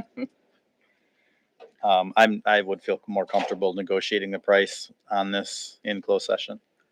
Does Eric become part of that closed session then? No, you wouldn't. Okay. You're giving me parameters and then I would talk to Eric on behalf of the board. Got it. All right. Fine with that. Awesome. Well, Thank you, guys. Appreciate it. Thank you. Position. The motions would come out, We would go into closed, After. closed session. discuss our Okay. stuff, and then come out And the and, motion would Got be it. like something like Have a- proceed with as discussed. in Yep. closed session. exactly. Okay, sounds good. Sorry first. Okay, we have reached the point now where we will entertain a motion to move into closed session. So there's some discussion here. I think, Neil, you brought up a point earlier today that I think is important. The first item in closed session, again, we have to make motions to move into and then continue in, but you had mentioned that there might be some value to be had in 11B with respect into whether or not Devin was present or not present. Just the suggestion that when we get to that review, we discuss as a board alone and have an opportunity to coalesce our thoughts, and then we have Devin come back in and deliver a succinct summary. Got it. Was my thought. That work for you? Yeah. Cool. Okay. So I will entertain a motion to move to closed session. All right. I'll second it. Well, we're gonna get a break too. We will. Okay, good. Patrick. So Make a moved. motion that we go in that closed session. Neil beat you. You Oh, wanna did second he? it? I'll second it. All right, we have a motion by Neil and a second by Van to move to closed tried. session. Yeah. This, I believe, calls for a roll call, so we'll go from one end to the other. Neil? Aye. Mike? Aye. Van? Aye. Myself is an aye. Ron? Arvid? Aye. Nicole? All right, the ayes have it. We are now going to move to closed session. We will take a 5-minute break first.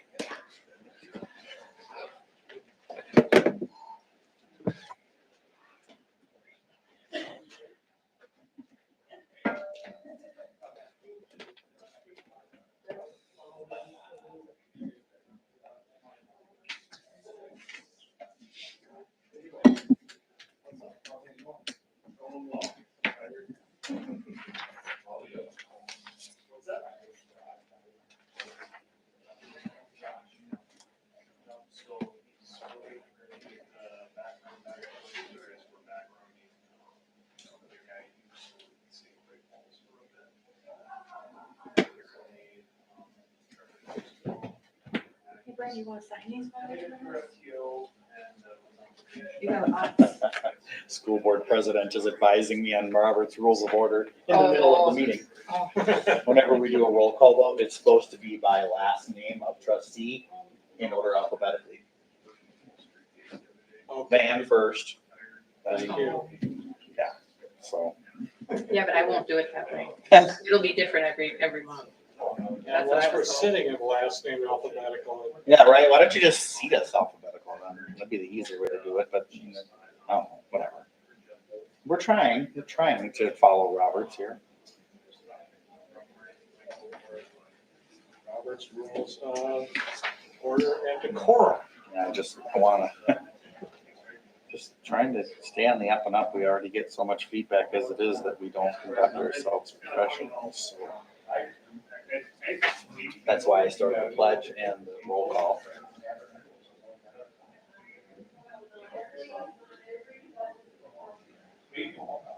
Glad that we're not going to be sued. It's nice. That is nice.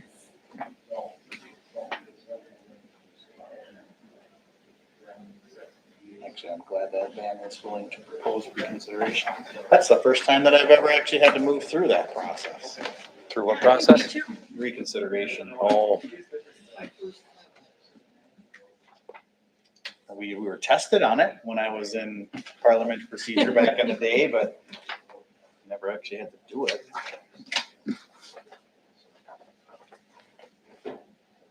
I noticed that there were many signature pages on stuff. I mean, if all of these orders, scope of work and. Yeah. Oh, those, but it's not those I can use, like Devin can use. Like the scope of work stuff. It didn't have to be a certain. See you guys. Bye. Resolutions. Yeah, those ones we need. Watch out for those deer. Thank you. Appreciate it. My daughter's boyfriend drove up from Merrill this weekend after a baseball. He plays the WPA with for the Plum City Blues. Sure. And their location was down there. Oh. And their games got done Sunday and he was hightailing up north to the cabin where we are. Oh. He didn't make it but an hour north of Rhinelander. Smucked a deer. Just Oh, poor guy. toasted his radiator, so he wasn't driving anywhere. So I threw my daughter in the truck and made her go down there and fetch him. Yeah. It's like 90 minutes each way. She didn't get back with him until like midnight Sunday night. God. That sucks. Usually the deer in that part of the world are a little bit more intelligent. Like they don't run out from people, but I don't know. Must have been a young one. I was in my neighbor's motorhome. I didn't really feel like wanting to run into anything myself, so.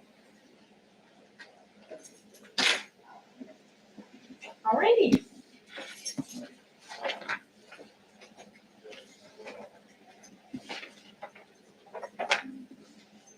Thank you. Appreciate you having these pre-marked.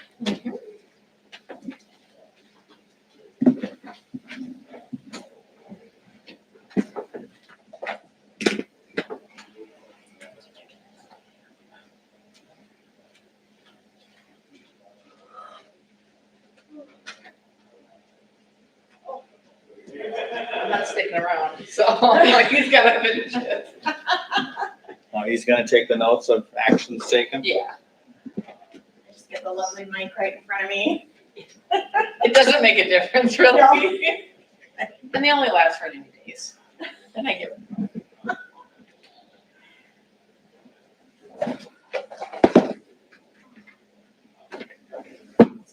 Okay, tomorrow. You go in early too, don't you? Like 6? Yes. Yeah. It's only 24 hours. The day. Each one of them. Feels like a lot longer, especially when you have to leave your house at 4:45 in the morning. Drop your dog off. Where are you going? Huh? Where are you going? Job. Yeah, I go to my job in Oh. St. Paul. Oh, Yeah. I see what you're saying. A regular day impacted by the previous day. Yeah, they're not all gonna be this long, Nicole, but no. And I'll take the blame for. It's all your fault. I'll take the blame for shifting Devin's review, but I mean, we aren't even there yet, so I it's know. 9:23 already. Should we turn off our mics? Yes. Yes, yeah.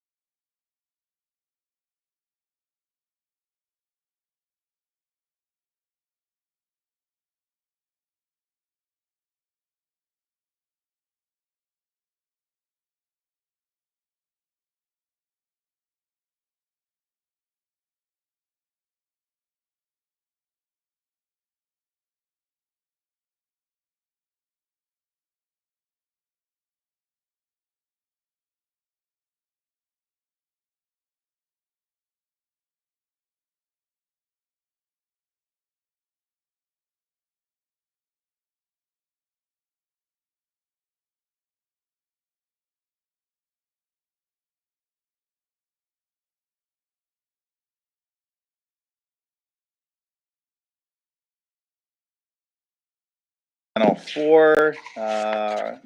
Are there any actions that the board would like to take with regard to, Why don't you change the camera?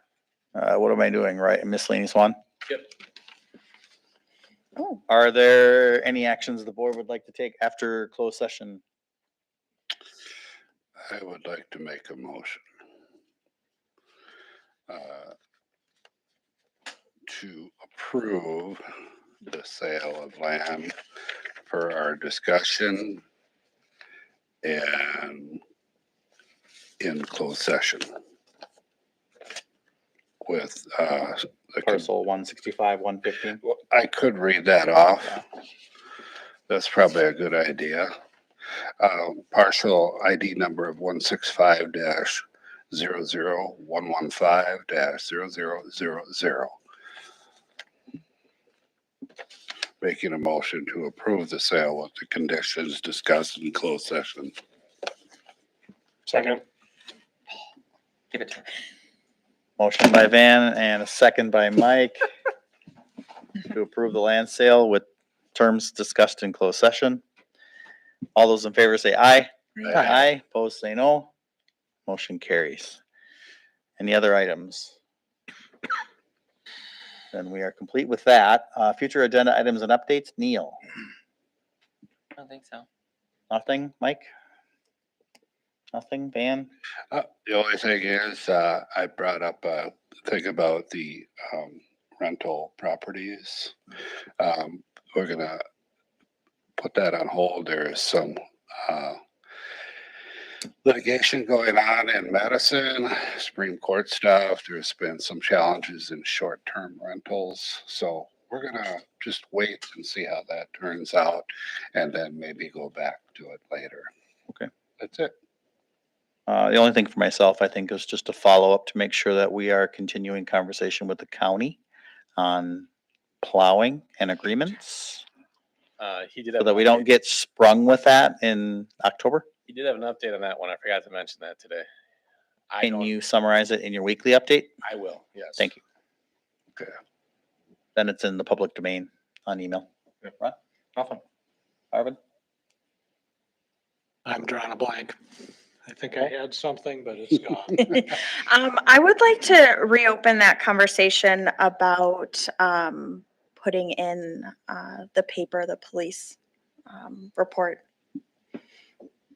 I would like to have that conversation again now, knowing that Now it's free. That Other than we should still have that discussion again. I That's- would, that's I a would new love piece of to. it. I would love to. This is something. September, yep. Yeah. Put that on September's And, agenda, please, Devin. Somebody had mentioned that it maybe should go to the police and fire committee, but I think we can do it as You a guys full gonna board. I think Andrew's got to hit, the gist was, is he thought he had concerns about capacity. We'll flesh out a proposal and bring it forward. Perfect. Yeah, let's not Wonderful. blindside him with it. There you go. He just got to tell us how much time redacting videos costs. Yeah. It's just another layer, I you know? seem to remember him saying there was a program that he could possibly This is all up. Don't know what we don't know. use, but He'll tell us. he'll let us know. Figure it out. Okay, did you remember, Arvin? No? My brain is mush. All right, thank you, everybody, for sticking around as long You as you bet. did. We are adjourned at 10:08. Thank you. Shortest meeting of the year. That's the longest one, other than, I think, No, we were here till. yeah, we had a Halloween one that went really long. The Halloween disaster. With Fran, I remember Fran was here, and I told her to bring candy. That was the budget meeting, I think. It was a budget workshop in October. when I got Bye, Mike. Oh, Gary Johnson told me that.